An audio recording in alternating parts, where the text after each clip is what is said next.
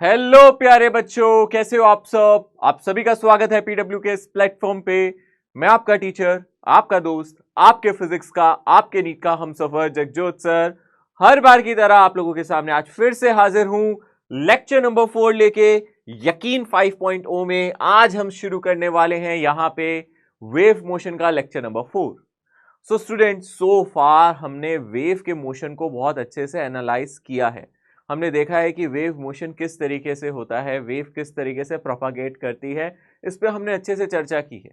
हम लोगों ने अब ट्रैवलिंग वेव के साथ साथ स्टैंडिंग वेव के बारे में भी समझ लिया है कि क्या होती है ट्रैवलिंग वेव, क्या होती है स्टैंडिंग वेव। दोनों पे हम लोगों को अच्छी कमांड मिल चुकी है। हम लोगों ने लास्ट जो टॉपिक कवर किया था वो स्टैंडिंग वेव किया था। हमने स्टैंडिंग वेव के बारे में जाना था कि ये ट्रैवलिंग वेव की तरह नहीं है।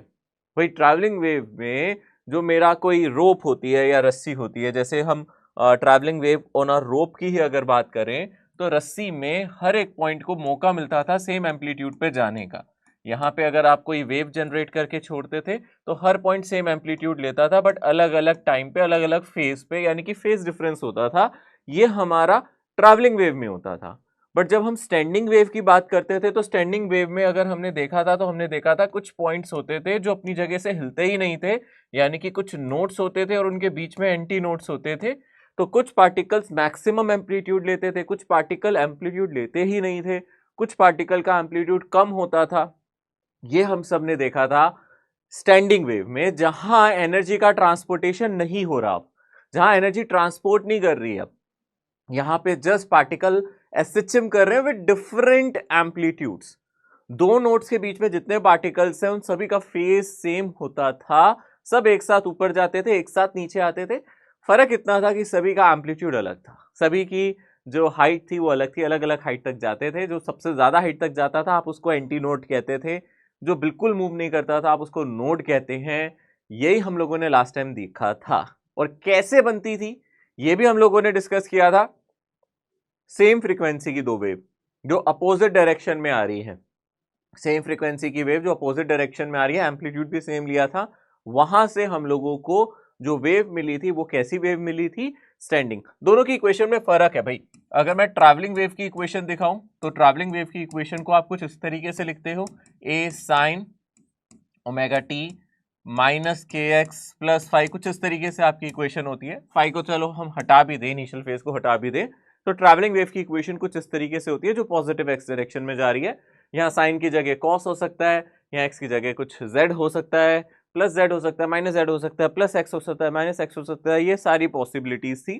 बट साइन के अंदर जो मेरा फेज है ना, इसमें टाइम और पोजीशन दोनों होते थे।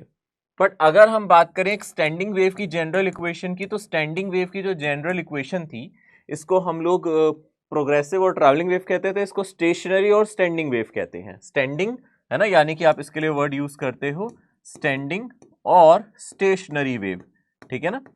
स्टेशनरी यानी कि जो रुकी हुई है, यानी कि एनर्जी का ट्रांसपोर्टेशन नहीं हो रहा है। तो यहाँ स्टैंडिंग वेव की जो जनरल इक्वेशन थी वो कुछ ऐसे थी, ए साइन के एक्स और कॉस ओमेगा टी, है ना। या फिर ऐसे भी लिख सकते हो, ए कॉस 2a आता था एक्चुअली, 2a कॉस के एक्स साइन ओमेगा टी, ठीक है ना।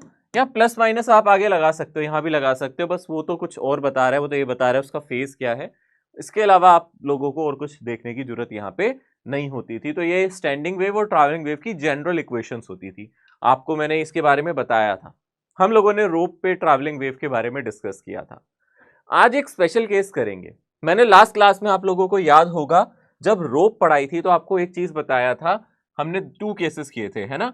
हम लोगों ने यहाँ पे स्टैंडिंग वेव ऑन रोप देखा था, अगर आपको याद हो। हम लोगों ने यहाँ स्टैंडिंग वेव पे डिस्कशन किया था। रोप पर 2 तरीके के डिस्कशन किए थे, जिसमें मैंने क्या किया था, सबसे पहले बोथ एंड्स मैंने क्या किए थे, अगर आपको याद हो, बोथ एंड्स फिक्स्ड, यानी कि इस रस्सी के दोनों सिरे फिक्स्ड हैं, जो कि नोट की तरह बिहेव कर रहे थे। तो हम लोगों ने देखा था कि यहां पे जिस तरीके से दोनों रस्सी के सिरे हमने बांध दिए हैं, फिक्स कर दिए हैं, वो अपनी जगह से नहीं हिल सकते। यहां पे हम लोग इनको नोड कहते थे, ठीक है ना, यहां पे हम नोड कहते थे। अब अगर आपने एक एंटी नोड डाला बीच में तो फंडामेंटल फ्रीक्वेंसी, 2 एंटी नोड डाले तो क्या हो जाएगा, यहां पे ये फंडामेंटल से कहाँ पहुंच जाएगा, फर्स्ट ओवरटोन पे। फंडामेंटल को फर्स्ट हार्मोनिक और फर्स्ट ओवरटोन को सेकंड हार्मोनिक, इसी तरीके से हमने देखा था। तो हमने देखा था यहाँ number of anti notes depend करते हैं कि आप कितने एंटी नोट्स इसके बीच में डाल रहे हो। तो 2 एंटी नोट्स के बीच में आपको एक नोट भी डालना पड़ेगा, है ना, यहाँ भी एक नोट डालना पड़ेगा, यहाँ भी एक नोट डालना पड़ेगा। इस तरीके से हम लोगों ने कंस्ट्रक्शन की थी। फिर हमने देखा था यहाँ पे जो मेरी nth, यहाँ पे जो nth हार्मोनिक आया था मेरा, ठीक है ना, यहाँ पे जो मेरा nth हार्मोनिक निकल के आया था वो क्लियरली आप लोगों को Fn मिला था, वो मिला था n divided by 2 times length. जो भी रस्सी की यहाँ पे हम लंबाई है उसको L बोल रहे हैं, रस्सी की लंबाई को L बोल रहे हैं। और जो भी स्पीड होती है स्ट्रिंग पे, या फिर हम N2L और यहाँ पे टेंशन डिवाइडेड बाय म्यू भी लिख सकते हैं। ये हम लोगों ने देखा था। ये nth हार्मोनिक था, या फिर इसको n-1 ओवरटोन बोलते हो आप, n-1th ओवरटोन कह सकते हो। ये हमने डिस्कस किया था। यहाँ पे कॉर्नर्स पे नोड आए थे, ठीक है ना, ये हम लोगों ने डिस्कस किया था। और फंडामेंटल की बात करें, n=1 डालेंगे तो आपको फंडामेंटल मिलेगा, है ना, n=1 के लिए फंडामेंटल है। या फिर n=2 की बात करेंगे तो आप इसको फर्स्ट ओवरटोन कहते थे, इसको आप फर्स्ट ओवरटोन कहते थे। फंडामेंटल को ही फर्स्ट हार्मोनिक, इसको second harmonic, and so on. इस तरीके से यहाँ चलता रहता था। फिर मैंने कहा था कि अगर हम दोनों सिरे के, रस्सी के दोनों सिरों को, है ना, अगर हम बात करें बोथ एंड, अगर हम क्या करें, बोथ एंड्स हम क्या करें, फिक्स्ड ना करें, हम इसको कैसे रखें, फ्री रखें, यानी किसी रिंग से बांध दें। तो भी आपको याद है हम लोगों का क्या रिजल्ट आया था। अगर मैं यहाँ पे 2 एंड्स को रिंग से बांध देता था इस तरीके से, एक रिंग यहाँ लगाता था, एक रिंग यहाँ लगाता था, तो बस फर्क ये आता था जहां नोड्स आ रहे हैं वहां पे आपके एंटी नोड्स आते थे। ये मैक्सिमम डिस्प्लेसमेंट ले सकता है। फिर यहाँ पे कोई नोड आएगा, फिर एंटी नोड आएगा, फिर नोड आएगा, फिर एंटी नोड आएगा, एंड सो ऑन, ऐसे चलता रहता था। और सेम फ्रीक्वेंसी आती थी, इसमें कोई फर्क नहीं है। फंडामेंटल फ्रीक्वेंसी ये सब कुछ सेम है, दोनों केसेस में बिल्कुल सेम था, ठीक है ना। अब आप लोगों के दिमाग में आ रहा होगा, सर ऐसा भी तो हो सकता है कि एक एंड फिक्स्ड हो और दूसरा फ्री, क्या नहीं हो सकता? हो सकता है ना। मैं अपने हाथ से पकड़ के ऐसे ऐसे रोप को हिलाता रहूं, एक एंड फिक्स्ड हो, या फिर मैं एक तरफ से रिंग बांध दूं, एक तरीके से एक तरफ से फिक्स कर दूं और इसको ऐसे ऐसे रिंग को हिला के छोड़ दूं, तो ये भी तो पॉसिबिलिटी है। तो ये भी तो एक पॉसिबिलिटी है कि एक एंड फ्री हो और एक एंड नहीं। तो यानी कि अब हमारा एक और केस, ये दोनों केसेस तो हमने लास्ट क्लास में पढ़े थे, एक नया केस हम लोग डिस्कस करेंगे, when one end of rope is fixed, other is free। तो एक एंड हमारा फिक्स्ड है और दूसरा फ्री एंड है। इंपॉर्टेंट है, ये इंपॉर्टेंट है, आप लोग याद रखना। तो ये भी आप लोगों को याद रखना है, अगर एक एंड फ्री हो जाए और दूसरा फिक्स्ड हो जाए, यानी कि आप कह सकते हो कि इस तरीके से हम कंसीडर कर लेते हैं अपना सिनेरियो, जहां पे हम एक साइड तो रिंग मान लेते हैं, या फिर आप एक साइड फ्री मान लो, ऐसे रख लो, चलो एक साइड रिंग मान लो और दूसरी तरफ आप इसको क्या कर दो, फिक्स्ड कर दो। इस तरीके से दूसरी साइड से आप क्या कर दो, फिक्स कर दो। तो जहां पे फ्री है यहां पे डेफिनेटली आपको क्या मिलेगा, एंटी नोड, और जहां पे फिक्स्ड है वहां पे आपको क्या मिलेगा, नोड मिलेगा। यहां पे एंटी नोड और यहां पे आपको क्या मिलेगा, नोड मिलेगा। ओके, तो हम इस पे चर्चा करते हैं, है ना, किस तरीके से यहाँ पे वाइब्रेशन होगी। अगर हम ध्यान से देखें, अब एक एंटी नोड है और एक नोड है, तो कुछ डालने की जरूरत नहीं है बीच में। सिंपली आप कह सकते हो, अच्छा यहाँ पे मैक्सिमम डिस्प्लेसमेंट होगा, यहाँ डिस्प्लेसमेंट 0, तो मेरी ऐसे वेव बन सकती है। या फिर यहाँ पे डिस्प्लेसमेंट नीचे की तरफ मैक्सिमम होगा तो वेव ऐसे बन सकती है। तो अगर आप एक कंप्लीट वेव से कंपेयर करेंगे तो आप समझ रहे हो ये वेव का कौन सा हिस्सा है, ये वेव का कौन सा हिस्सा है। अगर आप इसको ध्यान से देखोगे, ये यहां से लेके यहां तक का इतना हिस्सा है। ऑब्वियसली एक एंटी नोड और नोड के बीच का डिस्टेंस कितना होता है, हमेशा λ/4 होता है, मैंने बताया था। यानी कि यहाँ पे जो मेरी L है ना, वो किसके बराबर हो गई, λ/4 के, यानी कि लैम्डा यहाँ पे 4L हो गया। और अगर आप यहाँ फ्रीक्वेंसी इंटू वेवलेंथ डालेंगे तो वो स्पीड होता है, तो फ्रीक्वेंसी आ जाएगा v/λ, यानी कि v/4L, या फिर आप v/4L की जगह लिख सकते हैं 1/4L √T/μ। देख सकते हैं यहाँ पे फंडामेंटल फ्रीक्वेंसी ये आ रही है, इसको आप फंडामेंटल f1 कह सकते हैं, फंडामेंटल वेवलेंथ λ1 कह सकते हैं। ये मेरी फंडामेंटल फ्रीक्वेंसी आ गई, इससे छोटी फ्रीक्वेंसी यहाँ पॉसिबल नहीं है, ठीक है ना। नेक्स्ट केस अगर आप ध्यान से देखोगे, अगले केस में क्या हो सकता है, अगली बार क्या होगा, हम लोग दोबारा से इसको डायग्राम को कंसीडर करते हैं। नेक्स्ट मोड ऑफ वाइब्रेशन क्या होगा, आप अगेन यहाँ पे रिंग दिखाएं, ये पे यहाँ मेरा फ्री एंड हो जाएगा, यहाँ पे मेरा फिक्स्ड एंड हो जाएगा। यहाँ पे डेफिनेटली मुझे क्या मिलेगा, यहाँ मुझे मिलेगा एंटी नोड, और यहाँ पे क्या मिलेगा, नोड। अब आप एक एंटी नोड डालो क्योंकि आपको नेक्स्ट मोड ऑफ वाइब्रेशन चाहिए, और एक एंटी नोड डालोगे तो एक नोड भी डालना पड़ेगा क्योंकि दो एंटी नोड एक साथ नहीं एग्जिस्ट करते। यानी कि अगर यहाँ एंटी नोड है तो आप बीच में कहीं नोड लिख दो, यहाँ नोड है तो यहाँ एक एंटी नोड लिख दो, यानी कि आपको एक एंटी नोड और एक नोड यहाँ पे डालना ही पड़ेगा। सो यहाँ पे अगर हम क्लियरली देखें, यहाँ पे क्या होता है, एक एंटी नोड और एक नोड आप डाल देते हो, तो अगर यहाँ एंटी नोड है, यहाँ नोड है, तो यहाँ एंटी नोड होगा, फिर यहाँ नोड होगा, यानी कि इस तरीके से आपकी वेव बनेगी। ये हमारी वेव बनेगी। आप चाहो तो ऐसे बना सकते हो, नहीं तो इस तरीके से आप बना सकते हो, ठीक है ना, इस तरीके से आप कंस्ट्रक्ट कर सकते हो। सो क्लियरली यहाँ पे भी आप समझो, एक नोड एंटी नोड में λ/4 होता है, फिर λ/4 λ/4। यहाँ पे अगर आप डिस्टेंस देखना चाहते हो, यहाँ तक का λ/4, यहाँ तक का λ/4, यहाँ तक का λ/4। ऑब्वियसली यहाँ लैम्डा कुछ और आएगा क्योंकि टोटल लेंथ तो आपकी अभी भी l है। यहाँ पे 3 λ/4 मेरा l के बराबर आएगा, तो लैम्डा आ जाएगा 4l डिवाइडेड बाय 3, ठीक है ना। 3 λ/4 l के बराबर है, तो लैम्डा कितना आ गया, 4l डिवाइडेड बाय 3। तो यहां से अगर आप फ्रीक्वेंसी निकालेंगे तो आ जाएगी स्पीड डिवाइडेड बाय लैम्डा, यानी कि 4l/3। तो आप इसको 3v डिवाइडेड बाय 4l या फिर 3 डिवाइडेड बाय 4l √T/μ लिख सकते हैं। तो आप थोड़ा सा ध्यान दें, यहाँ पे 1 आया था, यहाँ पे कितना आया है, 3 आया है, ठीक है ना। यहाँ पे 1 आया था, वहां पे कितना आया है, 3 आया है। आप नेक्स्ट मोड की एक बार और डिस्कशन कर लें तो आपको रियलाइज हो जाएगा कि होने क्या वाला है, एक जनरलाइज हो जाएगा। अगर आप नेक्स्ट मोड की बात करें, यहाँ पे नेक्स्ट मोड अगर हम डिस्कस करें तो वो कैसा नजर आएगा, यहाँ पे हम देख लेते हैं। दोबारा से देख लो, अब हम क्या कर रहे हैं, यहाँ पे एक एंड को हमने क्या रख दिया, फ्री, और दूसरे को रख दिया फिक्स्ड। अब आप बोलोगे सर यहाँ पे तो हमेशा ही एंटी नोड होगा और यहाँ पे तो हमेशा ही नोड होगा क्योंकि ये फिक्स्ड है, ये फ्री है। अब पिछली बार आपने एक एंटी नोड और एक नोड डाला था, अब आपको दो एंटी नोड और दो नोड डालने पड़ेंगे। यानी कि आप यहाँ पे एक नोड डालोगे तो आपको एक एंटी नोड डालना पड़ेगा, एक और नोड डालोगे तो एक और एंटी नोड डालना ही पड़ेगा। यानी कि इसमें जितने नोड्स होते हैं उतने ही एंटी नोड्स हो रहे हैं इस वाले केस में, जब एक एंड फ्री है। तो यहाँ पे कैसा वाइब्रेशन होगा, आप देख सकते हो यहाँ मैक्सिमम एम्पलीट्यूड होगा, तो आप देख सकते हो यहाँ पे इस तरीके से वाइब्रेशन होगा, इस तरीके से आपकी वेव बनेगी। एंटी नोड पे मैक्सिमम डिस्प्लेसमेंट है ना, और नोड पे डिस्प्लेसमेंट 0 है। नीचे से भी ऐसे ही बना सकते हैं, इस तरीके से, जस्ट मिरर इमेज है इसकी, ऐसे। यहाँ पे अगर हम ध्यान से देखें किस तरीके से वेवलेंथ को देख सकते हो, नोड एंटी नोड में ये डिस्टेंस मेरा λ/4, ये मेरा λ/4, ये मेरा λ/4, ये डिस्टेंस मेरा λ/4, और ये डिस्टेंस मेरा λ/4, ठीक है ना। 1 2 3 4 5, 1 2 3 4 5, यानी कि टोटल जो लेंथ है वो 5 बार, यानी कि टोटल लेंथ बन गई 5 टाइम्स λ/4, और लैम्डा बन गया मेरा 4l divided by 5।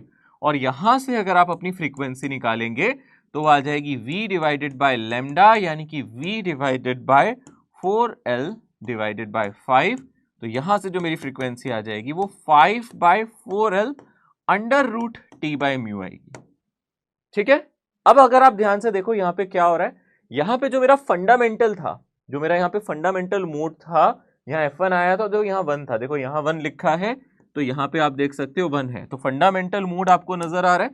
This is fundamental mode of vibration, fundamental mode, और इसको हम क्या कह सकते हैं, फर्स्ट हार्मोनिक। फंडामेंटल मोड है और इसको हम क्या कह सकते हैं, इंपॉर्टेंट है, इसको याद रखना। आप इसको क्या बोलोगे, या तो आप फंडामेंटल फ्रीक्वेंसी कहोगे, फंडामेंटल, या फिर हम इसको बोलते हैं और फर्स्ट हार्मोनिक, इसको हम फर्स्ट हार्मोनिक कहते हैं। ओवरटोन की बात करें, फंडामेंटल से अगला हमेशा ओवरटोन कहलाता है, आप इसको फर्स्ट ओवरटोन ही बोलोगे, you will call first overtone, इसको आप फर्स्ट ओवरटोन ही बुलाओगे, फर्स्ट ओवरटोन ही कहते हैं इसको। बट इसके साथ साथ अगर आप ध्यान से देखोगे, यहाँ पे आपको 3 का फैक्टर दिख रहा है, यानी कि ये थर्ड हार्मोनिक है, सेकेंड हार्मोनिक इसमें होता ही नहीं है, सेकेंड हार्मोनिक मिसिंग है। आपको सीधा ही क्या मिल रहा है, first overtone and third harmonic. आप इसको फर्स्ट ओवरटोन और थर्ड हार्मोनिक बुलाओगे, याद रखना, इसको फर्स्ट ओवरटोन और थर्ड हार्मोनिक का नाम दिया जाएगा, ठीक है, ओवरटोन तो वैसे ही चल रहे हैं जैसे पहले चल रहे थे, बट हार्मोनिक में यहाँ 1 आया है, यहाँ 3 आया है, इससे हार्मोनिक हम काउंट करते हैं क्योंकि ये फ्रीक्वेंसी इससे 3 गुना है, इससे हमें हार्मोनिक पता चलता है। तो फर्स्ट के बाद सेकेंड हार्मोनिक मिसिंग है, यानी कि even number of harmonic missing है, even harmonics are missing, even harmonics present है ही नहीं, इवन हार्मोनिक्स आर मिसिंग। जो इवन नंबर ऑफ हार्मोनिक्स हैं 2, 4, 6 वो मिस होंगे, क्योंकि अगले में भी देखो नेक्स्ट आपको सीधा ही 5 मिल रहा है। अगर आप ध्यान से देखोगे यहाँ पे ये हमें 5th मिल रहा है, सीधा ही हमें क्या मिल रहा है 5th हार्मोनिक। फर्स्ट के बाद थर्ड, थर्ड के बाद हमें क्या मिला यहाँ पे 5th हार्मोनिक मिला, ये हमारा 5th हार्मोनिक है। ओवरटोन की बात करें तो सही है, वैसे ही चलेगा, सेकेंड ओवरटोन। ओवरटोन की बात करोगे तो ये वैसे ही चलेगा, ये अभी भी सेकेंड ओवरटोन ही कहलाएगा, ठीक है ना। तो ये आप देख सकते हो। नेक्स्ट आपको मिलेगा 7th हार्मोनिक और आपको क्या मिलेगा 3rd ओवरटोन, ठीक है। तो एक रिलेशन भी हम लिख सकते हैं कि सर एग्जैक्टली कोई रिलेशन है कि कौन सा हार्मोनिक कौन सा ओवरटोन होगा, यहाँ पे कोई ऐसा रिलेशन है? क्योंकि अभी तो छोटे नंबर से आप बता पा रहे हो कि सर जो 5th हार्मोनिक है 2nd ओवरटोन है, 7th हार्मोनिक 3rd ओवरटोन है, 9th हार्मोनिक मेरा 4th ओवरटोन होगा, बट एकदम से हायर नंबर अगर आपसे पूछ लिया जाए तो दिक्कत हो सकती है। एक रिलेशन भी देख सकते हैं। तो अगर हम ध्यान से देखेंगे यहाँ पे मैं लिख सकता हूँ 2 इंटू ओवरटोन, जो भी हमारा ओवरटोन होगा, ठीक है, -1, 2 इंटू ओवरटोन +1 भी लिख सकते हैं आप, इज इक्वल्स टू आप बोल सकते हैं ये मेरा हार्मोनिक होगा। हार्मोनिक करके लिख लेते हैं। अच्छा, फंडामेंटल को मैं 0 ओवरटोन लेके चल रहा हूं, तो 2 इंटू 0 +1 तो फर्स्ट हार्मोनिक आ जाएगा। फंडामेंटल को मैं 0 ओवरटोन ले रहा हूं, तो अगर आपसे पूछे फर्स्ट हार्मोनिक कब होगा, जब मेरा ओवरटोन कितना होगा 0, तो 2 इंटू 0 +1। अगर हम फर्स्ट ओवरटोन की बात करें 2 इंटू 1 2 +1 3rd हार्मोनिक बन जाएगा, हार्मोनिक की वैल्यू 3 आ जाएगी। फर्स्ट ओवरटोन में 3rd हार्मोनिक आ जाएगा, सेकेंड ओवरटोन में 5th हार्मोनिक, यहाँ पे 3 डाल दोगे तो 7th हार्मोनिक, 4th ओवरटोन में 9th हार्मोनिक। मैं आपसे पूछूं 50th ओवरटोन में कौन सा हार्मोनिक होगा, तो आप बोलोगे 2 इंटू 50 +1 यानी कि 101 हार्मोनिक। यानी कि ये रिलेशन आसान है, इसको याद रख सकते हैं, ठीक है ना।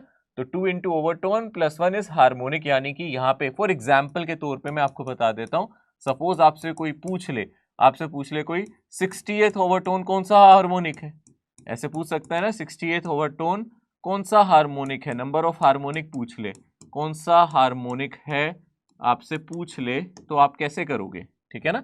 एक सेकेंड, तो नंबर ऑफ ओवरटोन कौन सा हार्मोनिक है, तो आप क्या करोगे यहाँ पे 2 इंटू 60 +1 यानी कि आ जाएगा 121th हार्मोनिक। आ रहा है समझ में। तो एक सेकंड में आपको अगर आंसर बताना है तो आपको इस तरीके से इस मेथड को यूज करना पड़ेगा। क्लियर, समझ में आ रहा है अच्छी तरीके से। डबल से एक ज्यादा हो रहा है यहाँ पे, आप ऐसे समझ सकते हो, ठीक है ना, डबल से एक ज्यादा हो रहा है आप ऐसे समझ सकते हो, ये आपको यहाँ पे क्लियर होना चाहिए। तो हार्मोनिक और ओवरटोन के बीच में ये रिलेशन होता है, ठीक है। सो स्ट्रिंग वेव पे इसी तरीके के क्वेश्चंस वो बना सकता है, इस तरीके के सवाल आप लोगों से पूछ सकता है स्ट्रिंग्स पर। अब हमें अगली चीज पढ़नी है, साउंड में क्या होता है। जो अभी हमने स्ट्रिंग में पढ़ा है वैसे ही हम लोग अब डिस्कस करने वाले हैं साउंड में। तो साउंड में क्या होता है, अगर हम ध्यान से देखेंगे, यहां पे हम लोगों को पढ़ाया जाता है organ pipes, open organ pipe, close organ pipe, दो तरीके के ऑर्गन पाइप्स पढ़ाए जाते हैं। पहले हम चर्चा कर रहे हैं ओपन ऑर्गन पाइप पे। ओपन ऑर्गन पाइप का मतलब है सिंपली आप एक सिलेंड्रिकल ट्यूब ले सकते हो, आप सिंपली ऐसे एक सिलेंड्रिकल ट्यूब को देख सकते हो, this is called organ pipe, इसी को आप जस्ट ऑर्गन पाइप कह सकते हो, ठीक है ना। यहां पे दोनों साइड से ओपन एक सिलेंडर है जो दोनों साइड से ओपन है, दोनों एंड ओपन है, इसके both ends are open. Open organ pipe का मतलब है बोथ एंड्स आर ओपन, दोनों एंड्स ओपन है, इसको ओपन ऑर्गन पाइप कह रहे हैं। यहां पे क्या है, यहां पे रस्सी थोड़े ना है, यहां पे किसकी बात करेंगे, साउंड की बात करेंगे। तो साउंड से नोड एंटी नोड क्रिएट होंगे, बट कैसे क्रिएट होंगे मैं आपको बता देता हूं। दो तरीके से इसको समझ सकते हैं। सबसे पहले आप मान सकते हो इसके अंदर साउंड प्रोपागेट कर रही है, आपने इसके अंदर कोई वेव डाली, कौन सी वेव डाली, साउंड वेव डाली, कौन सी वेव डाली, साउंड वेव डाली। अब साउंड वेव को हम कैसे समझ सकते हैं, वेव की टर्म्स में हम कह सकते हैं वहां प्रेशर का वेरिएशन होगा, है ना। जनरली हम क्या बोलते हैं, प्रेशर का वेरिएशन होगा, डेंसिटी का वेरिएशन होगा। तो आप समझो ध्यान से, इस ट्यूब के बाहर क्या है, एटमॉस्फेरिक प्रेशर। इस ट्यूब के अगर मैं बाहर देखो एटमॉस्फेरिक प्रेशर, इस ट्यूब के बाहर भी देखो एटमॉस्फेरिक प्रेशर है। अगर आप इसके अंदर वेव भेजेंगे तो जो मर्जी हो जाए, यहां पे तो एटमॉस्फेरिक प्रेशर ही रहेगा ना, ट्यूब के बाहर हमेशा एटमॉस्फेरिक प्रेशर रहेगा, यानी कि आपको सर यहाँ का प्रेशर फिक्स्ड है, तो एक तरीके से ये नोड बन गया। जैसे स्ट्रिंग में यहाँ नोड बनता था ना, तो आप बोलोगे अच्छा अगर हम इन टर्म्स ऑफ प्रेशर बात करें, इन टर्म्स ऑफ प्रेशर, अगर हम प्रेशर की टर्म्स में डिस्कशन करें तो हम कह सकते हैं कि यहां पे प्रेशर नहीं बदलेगा, प्रेशर चेंज नहीं करेगा।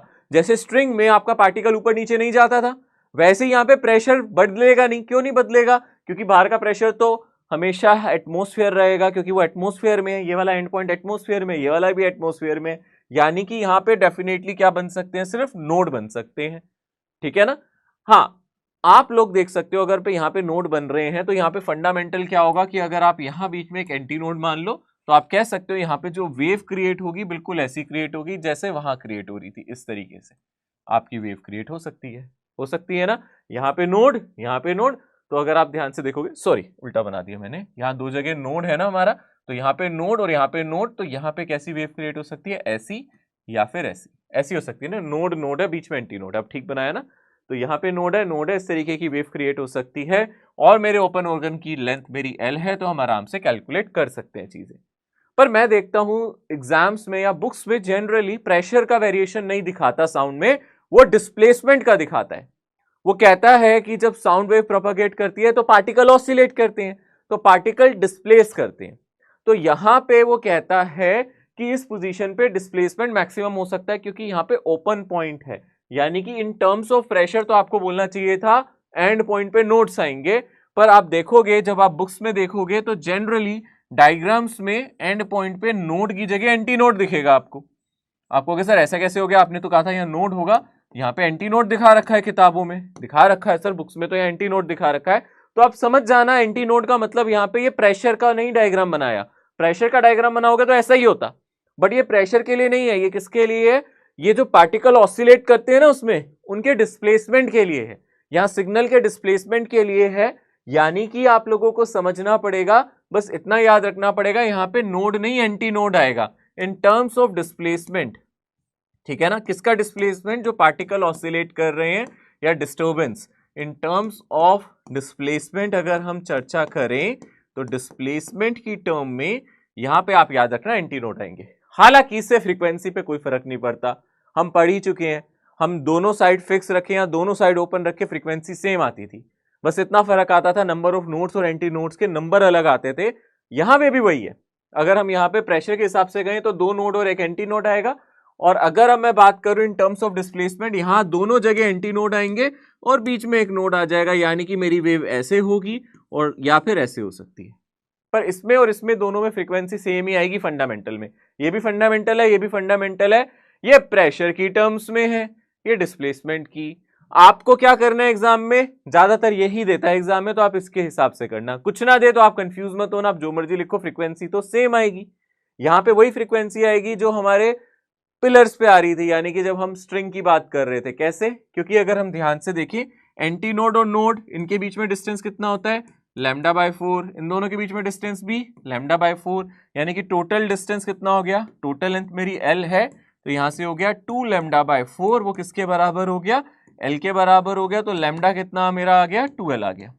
तो फंडामेंटल के लिए आ गया, यानी कि जो फंडामेंटल फ्रीक्वेंसी होगी हमारी, है ना, यहां पे भी जो मेरी फंडामेंटल फ्रीक्वेंसी आएगी बिल्कुल सेम आएगी उसकी तरह, सब सेम ही तो चीज है ना। यहाँ पे भी फंडामेंटल फ्रीक्वेंसी वही आ जाएगी, F1 1 डिवाइडेड बाई 2L, और कितना आ जाएगा, स्पीड यहाँ पे किसकी है, बस साउंड की नहीं है, यहाँ पे स्पीड यहाँ पे स्ट्रिंग की नहीं है, साउंड की है।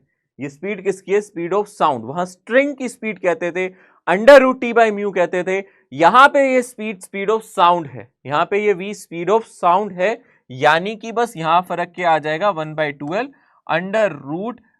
√γp/ρ, ये आ जाएगा। या फिर क्वेश्चन में स्पीड ऑफ साउंड आपको देगा तो आपको बस V के टर्म्स में लिख देना चाहिए। ठीक है, अगर आपको P/ρ दे इसकी टर्म्स में लिखना, RT/m भी लिख सकते हैं अगर आपको क्वेश्चन में उनकी इंफॉर्मेशन दे, यानी कि यहां पे जो V है ये क्या है, स्पीड ऑफ साउंड है, स्पीड ऑफ साउंड है, वहां पे स्पीड ऑफ स्ट्रिंग होती थी, यहाँ स्पीड ऑफ साउंड है। L क्या है मेरी, इसकी लेंथ, जो भी मेरी ऑर्गन पाइप है उसकी लेंथ ऑफ ऑर्गन पाइप मैंने यहाँ पे क्या लिया है, L लिया है, लेंथ ऑफ ऑर्गन पाइप, जो भी मेरा ऑर्गन पाइप है उसकी जो लंबाई है वो हमने एल ली है, ठीक है ना। तो यहां से आप देख सकते हो। तो इन जनरल अब पूरा डिराइव करने की जरूरत नहीं है, बिल्कुल सेम ही रिजल्ट आ रहा है जैसे आपने वहां पढ़ा था बोथ हैंड फिक्स में। यहां पे भी इन जनरल अगर आप एफ एन एथ की बात करेंगे तो यहां पे भी क्या आएगा, n divided by 12 into V. पर ये v क्या है, वेलोसिटी ऑफ साउंड है। तो n बाई 12 आप चाहो तो यहाँ पे गामा p बाय रो करके लिख सकते हो। सो ये हम लोगों को याद रखना है, ये हमारी फ्रीक्वेंसी हो जाएगी किसके लिए, nth हार्मोनिक के लिए, ठीक है। किसके लिए हो जाएगी ये, nth हार्मोनिक।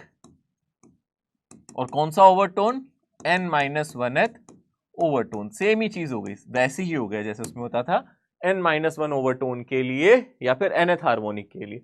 यहां पे भी हम इसको क्या बोल रहे थे, फंडामेंटल फ्रीक्वेंसी, या फिर हम इसको क्या बोल सकते हैं, या तो आप फंडामेंटल फ्रीक्वेंसी बोलो या फिर इसको आप फर्स्ट हार्मोनिक कह सकते हो, फर्स्ट हार्मोनिक, ठीक है ना। Fundamental frequency first harmonic. Next क्या होगी यहाँ पे, 2/12 gamma P by rho under root gamma P by rho, वो क्या हो जाएगी, सेकंड हार्मोनिक और फर्स्ट ओवरटोन, ऐसे ये बढ़ता जाएगा। तो ये ओपन ऑर्गन पाइप है जिसमें दोनों एंड पॉइंट्स हमारे क्या होते हैं, ओपन होते हैं, ठीक है ना। याद रख सकते हो, सिंपल है, बिल्कुल वैसे ही है।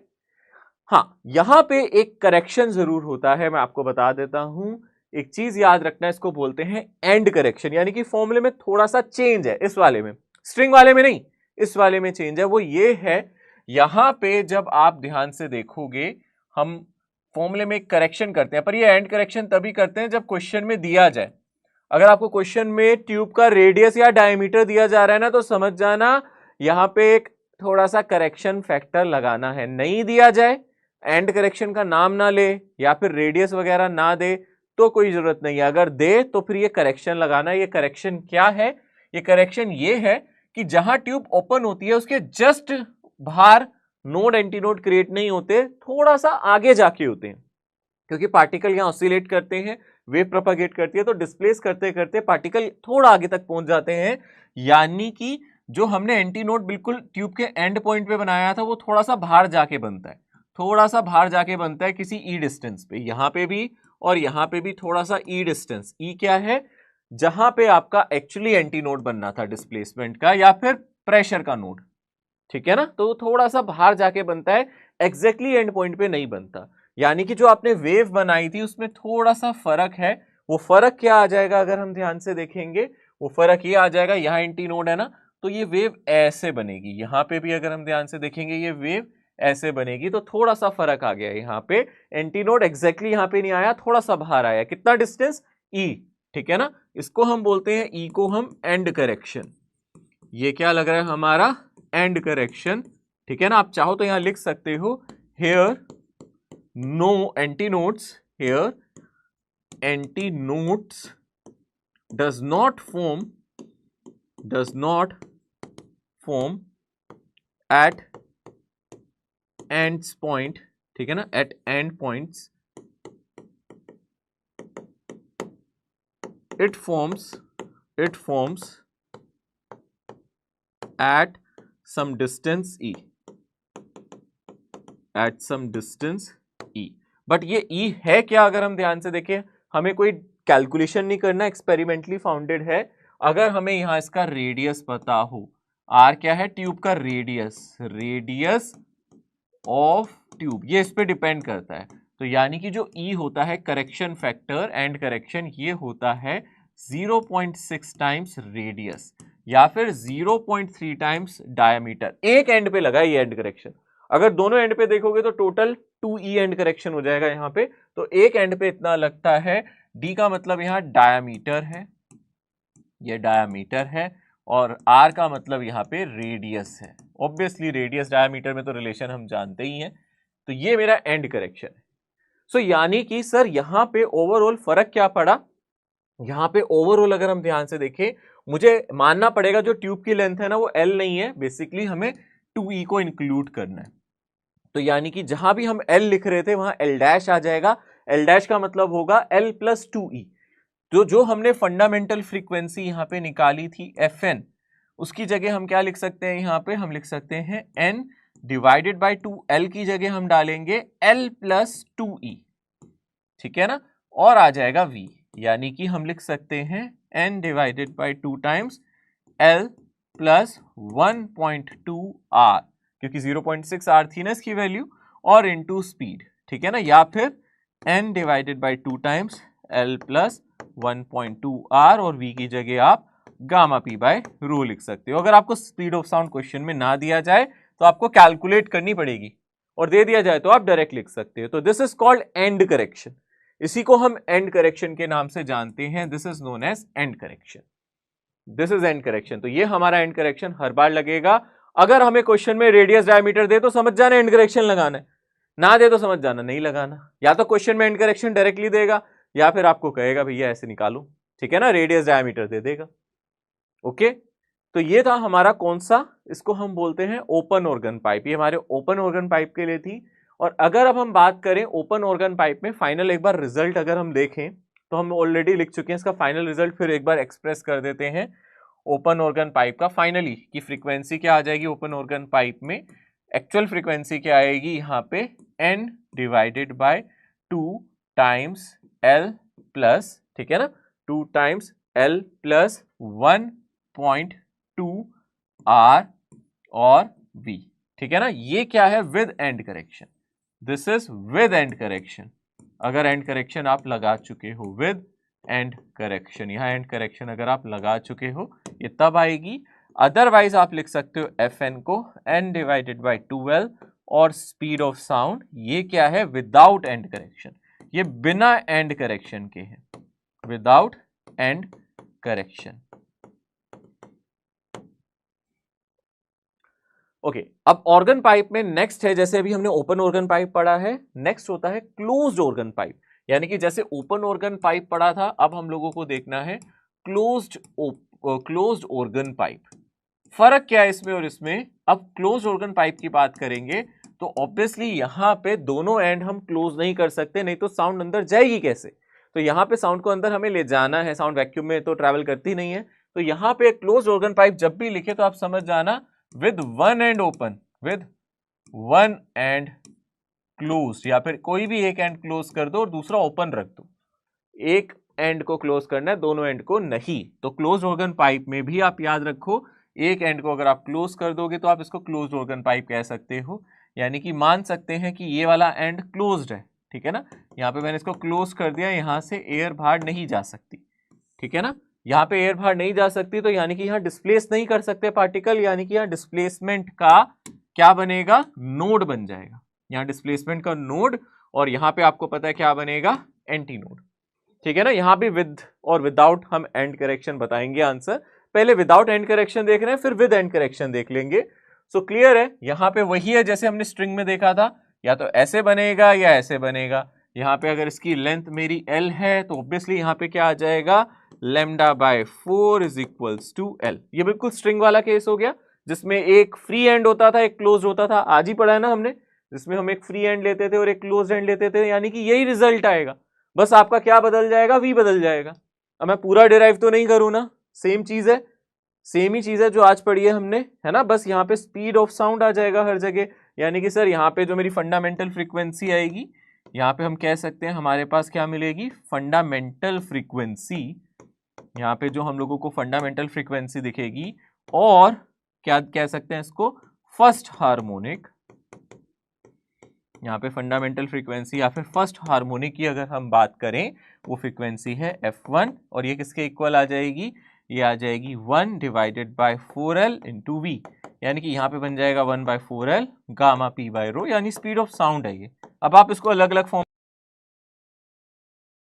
और यहाँ पे हमें पता है only odd harmonics will be there, only odd harmonics present, यहाँ पे सिर्फ ऑड हार्मोनिक्स होते हैं, इवन हार्मोनिक्स एब्सेंट होते हैं, only odd harmonics are present, even harmonics absent होते हैं, even harmonic are not present, even harmonic है ही नहीं हमारे पास, are absent, they are not present. यानी कि अब आपको जो अगली फ्रीक्वेंसी मिलेगी f3 मिलेगी, वो मिलेगी 3 divided by 4l into V. अगली फ्रीक्वेंसी मिलेगी f5, वो मिलेगी 5 divided by 4l into we.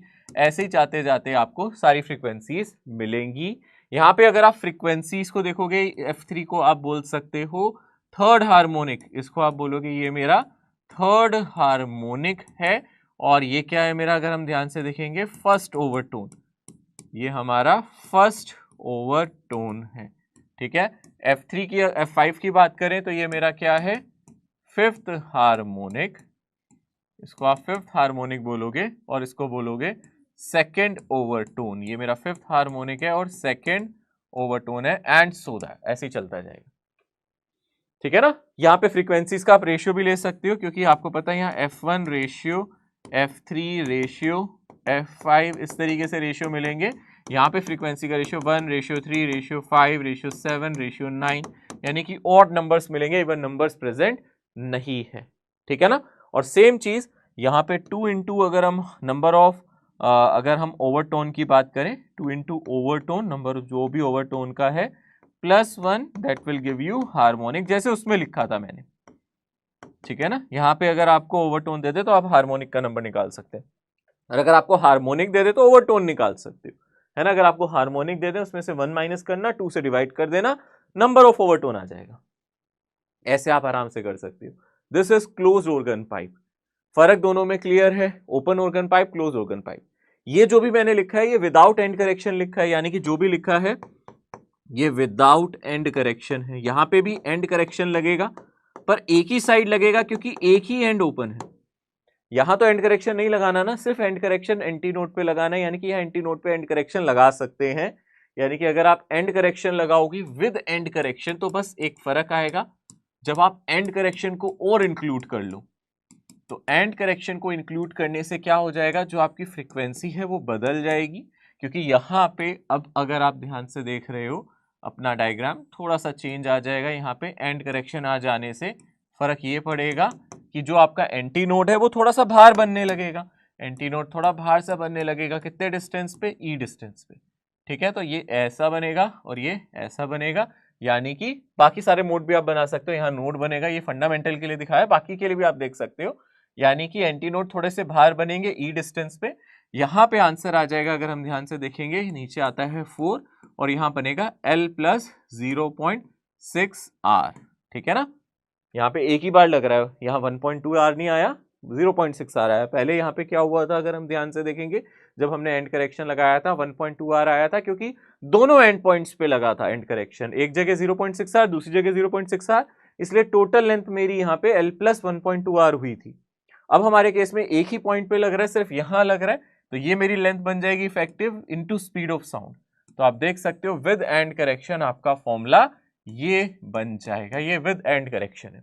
This is with end correction, this is organ pipe with end correction which is closed organ pipe. तो याद रखना क्लोज्ड ऑर्गन पाइप के लिए है विद एंड करेक्शन। ठीक है, इंपॉर्टेंट है, आप इसको नोट कर सकते हैं, ये आसान भी है और अब याद भी हो जाएगा। मुझे लगता है सारे केसेस अब याद रखने आसान है, अगर आप ध्यान से देख रहे हो। स्ट्रिंग में नहीं लगता है एंड करेक्शन, ये साउंड वाले में लगता है।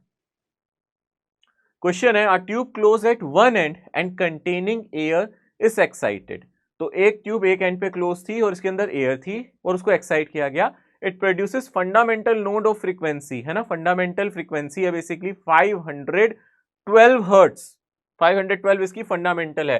Tube close eight one and, तो यानी कि यहां पे आप इसकी फंडामेंटल जानते हैं।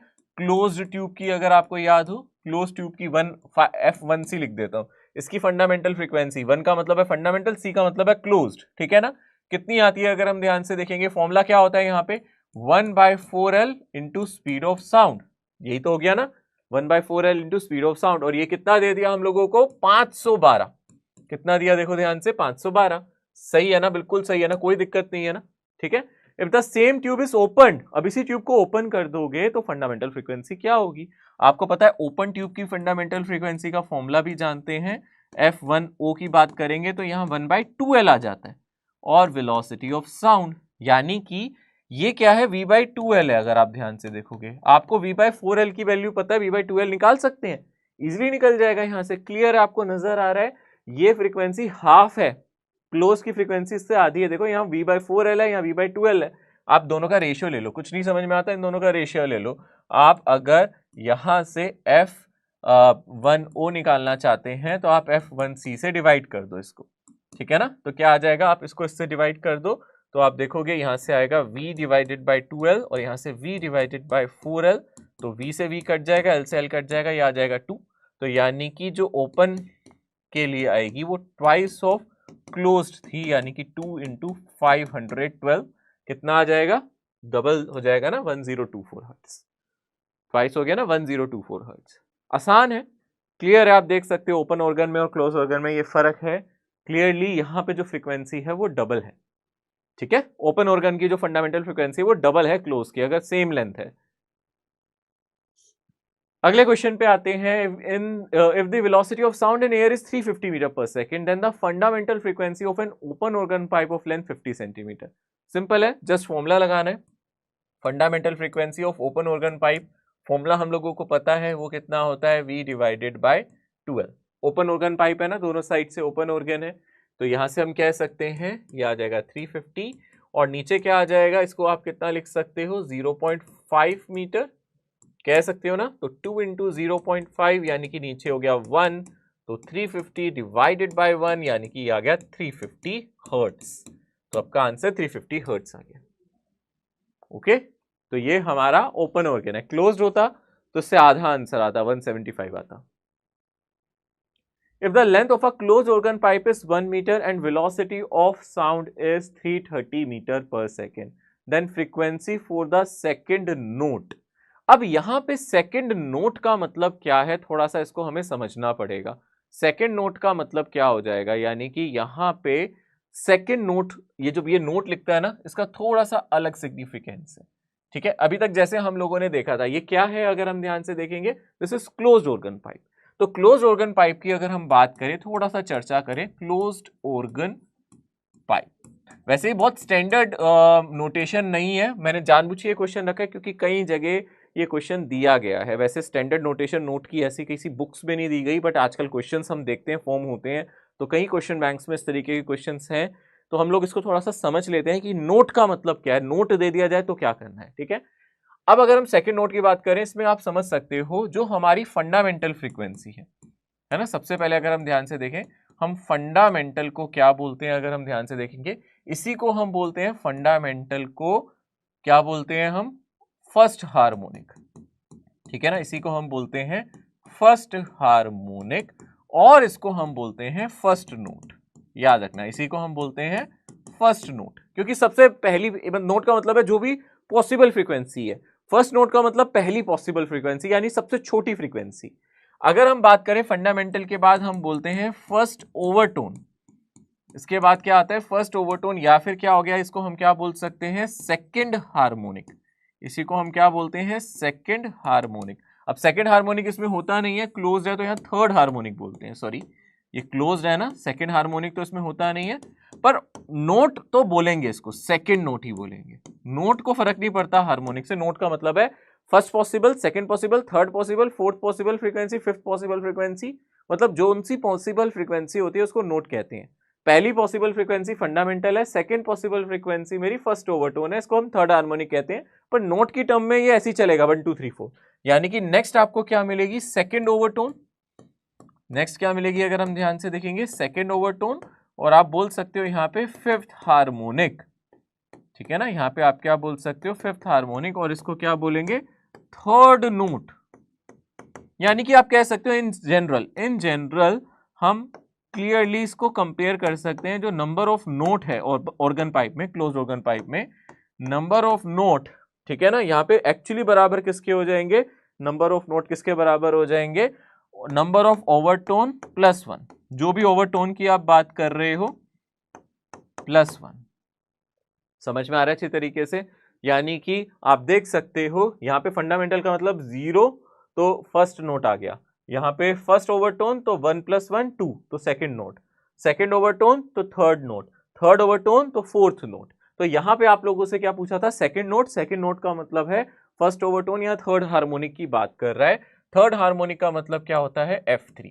F3 क्या होता है, 3 टाइम्स फंडामेंटल फ्रीक्वेंसी, यहाँ पे यही होता है ना F3, 3 टाइम फंडामेंटल फ्रीक्वेंसी। इसी को उसने क्वेश्चन में यूज किया है, 3 इंटू फंडामेंटल फ्रीक्वेंसी कितनी आ जाएगी, V डिवाइडेड बाय 4L, है ना, यही आ जाएगी। तो 3 इंटू स्पीड ऑफ साउंड हम लोगों को क्वेश्चन में कितना दिया गया, अगर हम ध्यान से देखेंगे 330, और नीचे क्या आ जाएगा 4, और लेंथ मेरी 1 है, यानी कि 3 इंटू 330 डिवाइडेड बाय 4, ये मेरा आंसर। ठीक है, आप देख सकते हो, थोड़ा ध्यान रखना, नोट आना नहीं चाहिए, मुझे लगता है एग्जाम में स्टैंडर्ड नोटेशन नहीं है, पर आपको हमेशा मैं कहता हूं कि एक आधी चीज ऐसी जरूर बताता हूं जो मैं देख रहा हूं, ऑब्जर्व कर रहा हूं कि एग्जाम्स में या फिर काफी जगह इस चीज को यूज किया है। वैसे मैंने बुक्स में नहीं देखा, एनसीईआरटी में इसके बारे में ज्यादा नहीं दिया, तो स्टैंडर्ड नहीं है, पर हाँ कहीं ना कहीं से तो ये टर्म आई है और इसके क्वेश्चन हैं हमारे पास, तो दैट्स वाई मैं चाहता हूं कि अगर आ जाए तो आप कंफ्यूजन में ना रहे, आपको एग्जाम तो क्वालिफाई करना ही है एट एनी हाउ। तो हम लोग इसको एक बार समझ लें, यहाँ वो नोट का मतलब क्या कहते हैं। क्लोज ऑर्गन पाइप में ऐसा है, अगर ओपन ऑर्गन पाइप होता है ना, तो फर्स्ट हार्मोनिक फर्स्ट नोट होता, सेकंड हार्मोनिक सेकंड नोट होता, थर्ड हार्मोनिक थर्ड नोट होता, उसमें तो कोई दिक्कत ही नहीं थी। हाँ, क्लोज ऑर्गन पाइप में थोड़ा ध्यान रखना है। क्लोज ऑर्गन पाइप में याद रखना, जो फर्स्ट नोट है वो 0 ओवरटोन है, यानी कि फंडामेंटल है, सेकंड नोट फर्स्ट ओवरटोन है, थर्ड नोट सेकंड ओवरटोन है, मतलब आप ओवरटोन से इसको इजीली रिलेट कर सकते हैं। ठीक है, ये आपको समझ में आ गया होगा। A closed organ pipe and an open organ pipe are tuned to the same fundamental frequency. What is the ratio of their length? बहुत ही बेसिक सा क्वेश्चन है, बहुत ही जनरल सा क्वेश्चन है, और इसका आंसर हमें करना ही चाहिए। यहाँ पे कह रहा है क्लोज्ड ऑर्गन पाइप है, एक ओपन ऑर्गन पाइप है, दोनों की सेम फ्रीक्वेंसी है, फंडामेंटल फ्रीक्वेंसी सेम है। तो आप लोग यहाँ पे क्लोज्ड, और आप बोल सकते हो क्लोज्ड ऑर्गन पाइप की फंडामेंटल फ्रीक्वेंसी किसके बराबर है, ओपन ऑर्गन पाइप की फंडामेंटल फ्रीक्वेंसी, पर लेंथ दोनों की अलग होगी।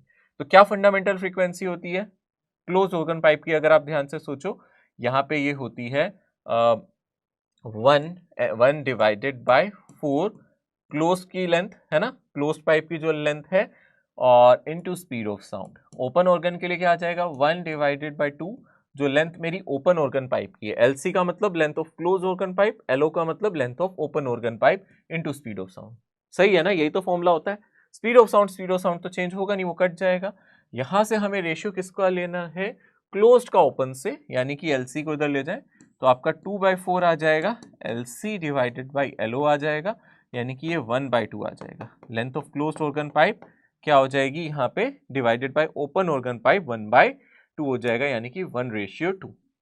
ठीक है ना, तो ओपन ऑर्गन की लेंथ ज्यादा है, क्लोज्ड की लेंथ यहाँ पे कम है। ठीक है, समझ में आ रहा है अच्छी तरीके से, यहां से आप इसको देख सकते हो, 1:2 आएगा। An open pipe resonates with a tuning fork of frequency 500 Hz. It is observed that the two successive notes are formed at distance 16 and 46 cm from the open end. The speed of sound in the pipe. अब यहाँ पे एक चीज याद रखना, resonate word use कर रहा है। रेजोनेट वर्ड का क्या मतलब है, यहाँ पे हमने एक ओपन ऑर्गन पाइप रखा, ठीक है ना, एक एंड ओपन, ऑब्वियसली दोनों एंड नहीं हो सकते, एक एंड ओपन रख रहे हैं, तो एक एंड हमारा यहाँ पे क्लोज होगा। ठीक है ना, ऑल तो ऐसे से कुछ फर्क नहीं पड़ेगा, हम लोग रख देते हैं इस तरीके से, मान लेते हैं कि हमने क्लोज कर दिया। यहाँ पे एक ट्यूनिंग फोक है, इस तरीके से एक ट्यूनिंग फोक होता है, इसको बोलते हैं ट्यूनिंग फोक। ट्यूनिंग फोक के बारे में आप एक चीज समझ लो, इसके पास एक फ्रीक्वेंसी होती है फिक्स्ड, अभी मैं इस पर थोड़ा सा डिस्कशन भी करूंगा। ट्यूनिंग फोक को आप वाइब्रेट करते हो, ऐसे आप किसी चीज पे ऐसे टकराते हो तो ये ऐसे ऐसे ऐसे ऐसे वाइब्रेट करता रहता है, देखा होगा आप लोगों ने बहुत बार प्रैक्टिकल्स में, आप ऐसे हिट करते हो फिर ऐसे ऐसे ऐसे ऐसे वाइब्रेट करता है, लाइक एक तरीके से मेटेलिक बना होता है, मेटल से बना होता है, आप इसको कहीं हिट करते हो तो इसमें से आवाज आती है, इसमें से एक फ्रीक्वेंसी बजने लगती है, तो ये हमारा क्या कहलाता है, ये फोर्क होता है, इसको हम ट्यूनिंग फोक कहते हैं। दिस इज कॉल्ड ट्यूनिंग फोक। तो इसकी एक फ्रीक्वेंसी होती है जो फिक्स्ड होती है, यानी कि मैंने यहां मान लिया 500 हर्ट्ज इसकी एक फिक्स फ्रीक्वेंसी है, 500 हर्ट्ज इसकी एक फिक्स फ्रीक्वेंसी यहां पे होगी। ठीक है ना, सो अगर हम ध्यान से देखेंगे 500 hertz is a fix frequency for a tuning फोक।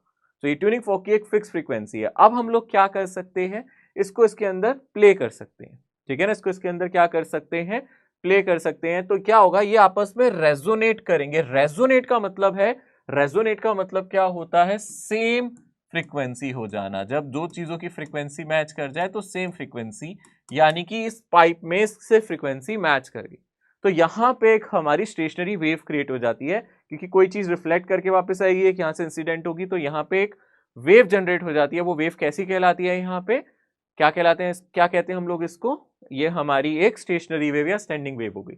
चलो, हमें यहाँ क्वेश्चन में दे रखा है, it is observe that two successive notes are formed at a distance 16 and 46 centimetre. तो यहाँ पे आप क्लियरली देखो, आपको और डायग्राम की भी जरूरत नहीं है, आपको क्लियरली एक डिस्टेंस दिया हुआ है कि दो जगह हमारे नोड्स बन रहे हैं, ठीक है ना, 16 and 46 centimetre from the open and, यहाँ पे कहीं 16 सेंटीमीटर और कहीं पे 46 सेंटीमीटर, 16 और 46 सेंटीमीटर्स पे हमारे नोड और एंटी नोड बन रहे हैं। याद रखना यहाँ एंड करेक्शन भी होगा, कहीं ना कहीं ऊपर एंड करेक्शन भी होगा, तो पहला नोड, पहला एंटी नोड कहीं यहाँ बना होगा, फिर नोड बना होगा, फिर एंटी नोड, फिर नोड। हमें तो दो नोड दे रखे हैं, यहाँ पे एक नोड है, यहाँ पे एक नोड है। आपको और कुछ नहीं करना, आपको बस ये सोचना है दो नोड्स के बीच का डिस्टेंस कितना है। आप सोचो इन दोनों नोड्स के बीच का डिस्टेंस कितना है। यहां से यहां तक 46 है, ये 46 सेंटीमीटर है, ये 16 सेंटीमीटर, ये 46, ये 16, इन दोनों के बीच का गैप कितना है सोचो। 46 माइनस 16, यही तो हो गया ना, 46 माइनस 16 यानी कि 30 सेंटीमीटर। और दो नोड्स के बीच के डिस्टेंस को कहते क्या है, लैम्डा बाई 2। ये होता किसके बराबर है, याद है ना, दो नोड्स के बीच का डिस्टेंस क्या कहलाता है, लैम्डा बाई 2। एक नोड और एंटी नोड होता है लैम्डा बाई 4 के डिस्टेंस पे, दो नोड्स या फिर दो anti nodes lambda by 2 distance पे होते हैं कंसेक्यूटिव। तो यही हमें दे दिया। ओके, यहां से तो लैम्डा इजीली आ गया, वो आ गया 2 इंटू 30 यानी कि आ गया 60 सेंटीमीटर, मेरा लैम्डा ऑलरेडी आ गया। अब आपको स्पीड निकालनी है, स्पीड क्या होता है, फ्रीक्वेंसी इंटू वेवलेंथ, और हमारे पास फ्रीक्वेंसी कितनी दे रखी है 500 हर्ट्ज, और वेवलेंथ क्या हो गया 60, और आप इसको मीटर में भी तो कन्वर्ट करना चाहेंगे, 60 सेंटीमीटर है ना, तो आप इसको 60 मीटर डिवाइडेड बाय 100 कह सकते हैं, तो डिवाइडेड बाय आप 100 कर दो, तो यहां से कितना आ जाएगा 300 मीटर पर सेकेंड। तो यहां से जो स्पीड ऑफ साउंड आएगा वो 300 मीटर पर सेकेंड आएगा। क्लियर है ना, यहां से आप इसको देख सकते हैं 300 मीटर पर सेकेंड, ये मेरा फाइनल आंसर होगा, this will be the speed of sound. Okay, done. I think ये चीज समझ में आ रही होगी, आप इसको इस तरीके से कंसीडर कर सकते हैं। हम लोगों को कोई ट्यूब की लेंथ नहीं दे रखी, मुझे नहीं पता ट्यूब की लेंथ कितनी है, कहां जाके ये एंड होगी, इसके बारे में हम कुछ नहीं जानते, ठीक है ना। इसके बाद हो सकता है एक और नोड बने, हो सकता है बहुत सारे नोड्स बने, पर हमें क्वेश्चन में दिया नहीं है, ट्यूब की टोटल लेंथ के बारे में नहीं दिया है, तो आपको उसकी इंफॉर्मेशन नहीं है। ओके, नेक्स्ट इंपॉर्टेंट जो हम कॉन्सेप्ट पढ़ने वाले हैं वो है रिलेटेड विद द बीट्स। अभी हम कुछ क्वेश्चंस और भी करेंगे, जो भी हमने अभी कॉन्सेप्ट पढ़ा है इससे रिलेटेड कुछ क्वेश्चंस हम करते रहेंगे, पर अब हम लोग एक नया टॉपिक स्टार्ट करेंगे, बीट्स ये क्या है। सो फार अभी तक हम लोगों ने जो चर्चाएं की हैं उसमें हम लोगों ने दो ट्रैवलिंग वेव्स का आपस में क्या कराया, सुपरपोजिशन, उनको ऐड कराया। और जब भी मैंने सुपरपोजिशन की बात की है तो मैंने सुपरपोजिशन कैसे कराया, दो वेव सेम डायरेक्शन में जा रही है उनका सुपरपोजिशन करा दिया, दो वेव अपोजिट डायरेक्शन में जा रही है सुपरपोजिशन करा दिया, और उनकी फ्रीक्वेंसी हमेशा कैसी रखी थी, सेम। वहां पे हमने क्या रखा था, सेम फ्रीक्वेंसी रखी थी। पर बीट्स एक अलग कॉन्सेप्ट है। बीट क्या है, एक अलग कॉन्सेप्ट है, इसमें दो वेव्स हैं जो सुपर इंपोज करेंगी, और दोनों जो वेव हैं उनके बीच में कुछ ना कुछ फ्रीक्वेंसी का डिफरेंस होगा, इसको बोलते हैं बीट्स। वहां पे जो नया सिग्नल आपको सुनाई देता है that is known to be beats. तो बीट्स क्या है, यहां पे आप लोग सिंपल टर्म्स में लिख देना। हेयर हम क्या कंसीडर करेंगे, हम क्या कंसीडर करेंगे, यहां पे सुपरपोजिशन तो होगा, यानी कि ये भी सुपरपोजिशन ऑफ वेव्स ही है, जैसे कि स्टैंडिंग वेव भी सुपरपोजिशन से ही आया था, बट यहां पे फर्क क्या है, यहां पे अलग अलग फ्रीक्वेंसी है। Here superposition of two waves of same amplitude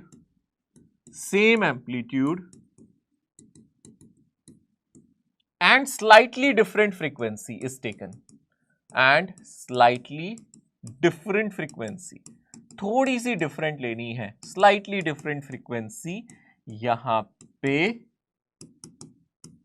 consider हम लोगों को कर लेनी चाहिए, ठीक है ना। स्लाइटली डिफरेंट क्यों, ये भी मैं आपको बताऊंगा, वो कितना कम डिफरेंस लेना चाहिए, ज्यादा डिफरेंस लेंगे तो क्या बीट प्रोड्यूस नहीं होगी, क्या वो प्रोड्यूस होगी, सब पे डिस्कशन करेंगे। पर अभी याद रखें ये करना क्या है, दो अलग अलग फ्रीक्वेंसी की वेव का सुपरपोजिशन, यानी कि अगर हम y1 को मान रहे हैं a sin ω1t minus kx, तो हम y2 को कंसीडर कर रहे हैं a sin ω2t plus minus kx, दोनों सेम डायरेक्शन में जा रही है ना, सेम डायरेक्शन में दोनों जा रही है, इनका सुपरपोजिशन हम करा रहे हैं, तो हमें क्या मिलेगा, बीट्स। इनका सुपरपोजिशन यानी कि y is equals to y1 plus y2, same direction में जा रही है तो बीट्स बनेंगी, ठीक है।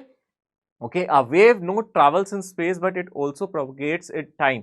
इसकी अगर हम और जनरलाइज डेफिनेशन की बात करें, थोड़ी थोड़ी सी फिजिक्स की टर्म में अगर हम बात करें, थोड़ा सा जैसे थ्योरेटिकल वर्जन होता है ना, उसमें अगर बात करें तो इसको ऐसे भी समझ सकते हैं, this is a wave not only travel in space but also propagate through time. यानी कि यहाँ पे आपको ना सिग्नल का एम्पलीट्यूड वेरी करता हुआ दिखेगा, ये टाइम के साथ आपको कुछ ओवरलैपिंग दिखेगी। If two waves can produce interference by overlapping in space, they should produce interference pattern when they overlap in time, this phenomena is called beat. ठीक है, मैं जानता हूँ ये डेफिनेशन इतनी अच्छी नहीं है, आप इस डेफिनेशन को स्किप करके ये याद रखो क्योंकि कॉन्सेप्ट वही है, वही से क्वेश्चन सॉल्व होंगे। ठीक है ना।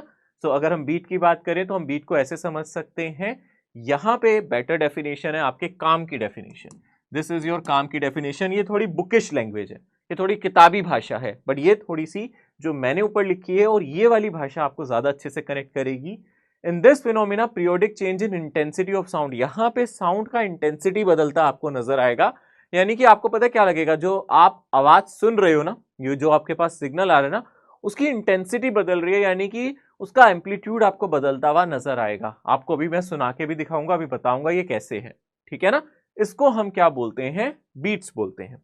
ठीक है, this is known as beat. So beats क्या है, superposition of two different slightly different frequency. So students, अगर हम ध्यान से देखें तो अगर हम बीट की बात करें, मैं आपको थोड़ा सा बताता हूं। जैसे अगर आप दो सिग्नल सुन रहे हो और दोनों सिग्नल ऑलमोस्ट सेम फ्रीक्वेंसी पे है, फॉर एग्जांपल मैं आपको एग्जांपल लेके बताता हूं। लेट अस से आपने दो सिग्नल सुने, आप लोग 200 हर्ट्ज की बात करो। आप जानते हो एक नॉर्मल ह्यूमन ईयर जो है, एक नॉर्मल ह्यूमन जो हम लोग हैं, वो 20 हर्ट्ज से 20,000 किलो हर्ट्ज तक की फ्रीक्वेंसी को सुन सकते हैं, है ना। जो हम सुन सकते हैं वो हम 20 हर्ट्ज से 20 किलो हर्ट्ज तक की फ्रीक्वेंसी, 20,000 हर्ट्ज इसको आप कह सकते हो। आप 20,000 किलो हर्ट्ज या 20 इंटू 10 की पावर 3 हर्ट्ज की फ्रीक्वेंसी आप आराम से सुन सकते हो। ये हमारे लिए ऑडिबल होती है, इसके अलावा हम फ्रीक्वेंसी सुन नहीं पाते हैं, हमारे लिए ऑडिबल नहीं होती है। मान लो 200 की कोई फ्रीक्वेंसी अगर मैं प्ले करूं, आपको कैसी सुनाई देगी, ऐसी सुनाई देगी कुछ टू, ऐसी कोई आवाज आएगी। देखो मैं अपने मुंह से ही निकाल रहा हूं ये। अगर आप थोड़ी सी स्लाइटली डिफरेंट फ्रीक्वेंसी की बात करो, मान लो अगर आप 205 हर्ट्ज की बात करो, तो भी आपको ऐसी आवाज आएगी टू। आपको दोनों फ्रीक्वेंसी में कोई फर्क समझ में नहीं आए। बट हाँ, अगर आप इन दोनों को टुगेदर प्ले करोगे, ठीक है ना, अगर आप दोनों को एक साथ प्ले करोगे तो आपको थोड़ा सा एम्पलीट्यूड बढ़ता घटता दिखेगा। आपको आवाज ऐसी आएगी टू, ऐसी आवाज आएगी। मैं आपको प्ले करके दिखाता हूं, मैंने अपने सेलफोन में ये आवाज रिकॉर्ड की हुई है, तो मैं इस आवाज को, वॉइस को आपके लिए प्ले कर देता हूं। आप इसको ध्यान से सुनना, तो आपको ये आवाज समझ में आएगी कि ये वॉइस कैसे डिफरेंट है। मैं दोनों को एक साथ प्ले करके दिखा रहा हूँ, अलग अलग नहीं, एक साथ प्ले कर रहा हूँ, तो आपको एकदम सिंगल ट्यून नहीं नजर आएगी, आपको थोड़ा सा एम्पलीट्यूड का वेरिएशन नजर आएगा, बट ध्यान से सुनने में। तो आप ध्यान से सुनेंगे तो आपको ये समझ में आएगा। मैं थोड़ा सा को अपने स्पीकर के पास लेके आता हूँ ताकि माइक के पास लाने से आपको शायद सुनाई दे अच्छे से।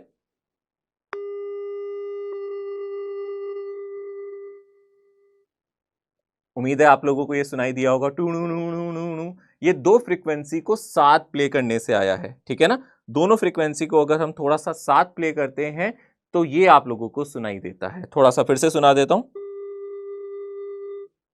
ठीक है। सो आप समझ सकते हैं ये तब होता है जब दो फ्रीक्वेंसी थोड़ी सी अलग हो एक दूसरे से।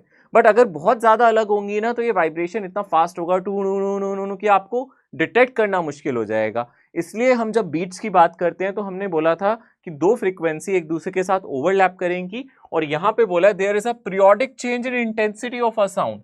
There is a periodic change, periodic change का मतलब है वो इंटेंसिटी बढ़ेगी घटेगी बढ़ेगी घटेगी। तो यहां पे मैं आप लोगों को फाइनल एक्सप्रेशन दिखाता हूं, क्योंकि क्वेश्चन कभी इससे नहीं आता, इसलिए मैंने ये ऑलरेडी लिख के रखा है। मैं इसको कुछ डिराइव नहीं कर रहा, कुछ ऐड करके नहीं दिखा रहा, मैं सिंपली आपको बता रहा हूं। यहां पे हम दो सिग्नल्स को ऐड कर रहे हैं, दो अलग अलग सिग्नल को ऐड कर रहे हैं। लेट अस से हमने y1 को कुछ लिखा a sin ओमेगा 1 t, है ना, प्लस माइनस के एक्स भी होगा, उसको हम इग्नोर कर रहे हैं। हम जस्ट इसको किसी एक particular x is equal to 0 पे लेटर से मैं ओवरलैप करा रहा हूं। तो ये सिग्नल ऐसा दिखेगा y2 is equals to a sin omega 2t। इस तरीके से मैंने दोनों सिग्नल को ऐड करा, तो ये फाइनल इक्वेशन आएगी। कैसे आई, आप लोगों को साइन ए, मतलब यहाँ पे आपको एक फॉर्मूला लगाना पड़ेगा साइन ए प्लस साइन बी का। मैं नहीं चाहता आप उस तक पहुंचे, वहां तक की आपको जरूरत नहीं है। आप डायरेक्टली इस फॉर्मूले को याद रख सकते हैं। नहीं भी याद रहेगा तो आपके बीट के क्वेश्चन इस फॉर्मूले के बिना भी हो जाएंगे। ये सिर्फ समझने के लिए, ये सिर्फ समझाने के लिए है। ओवरऑल अगर हम ध्यान से देखेंगे, जब आप इनको ऐड करोगे कुछ इस तरीके से इक्वेशन बनेगी, तो आप देख सकते हो आपका नया सिग्नल कुछ इस तरीके से नजर आएगा। ये आपका कुछ नया सिग्नल है जिसमें आपको 2 बार साइन टी और साइन टी की टर्म्स नजर आ रही है, 2 अलग अलग आपको ओमेगा नजर आ रहे हैं। यहाँ पे कुछ ओमेगा 1 माइनस ओमेगा 2/2 दिख रहा है, यहाँ पे कुछ एवरेज ओमेगा दिख रहा है ना। तो जो सिग्नल है, मान लो अगर आप सिग्नल की बात करते हो, एक 200 हर्ट्ज का है, मान लो दूसरा 204 हर्ट्ज का है, दोनों सिग्नल को अगर आप एक साथ प्ले करते हो तो फाइनल सिग्नल जो आपको सुनाई देता है वो किस फ्रीक्वेंसी का होता है? ना तो 200 का होता है ना 204 का होता है, उसके एवरेज का होता है। तो आप देख सकते हो यहाँ पे कुछ हमें एवरेज फ्रीक्वेंसी है जो सुनाई देती है, जो हमें एवरेज फ्रीक्वेंसी वो सुनाई देती है। यानी कि यहाँ 2 साइन की टर्म्स हो गई है। ये वाली जो साइन की टर्म है, ये जो सेकंड वाली साइन की टर्म है ना, ये हमारी सिग्नल की टर्म है, ये सिग्नल हमें सुनाई दे रहा है। This is the signal that we can here.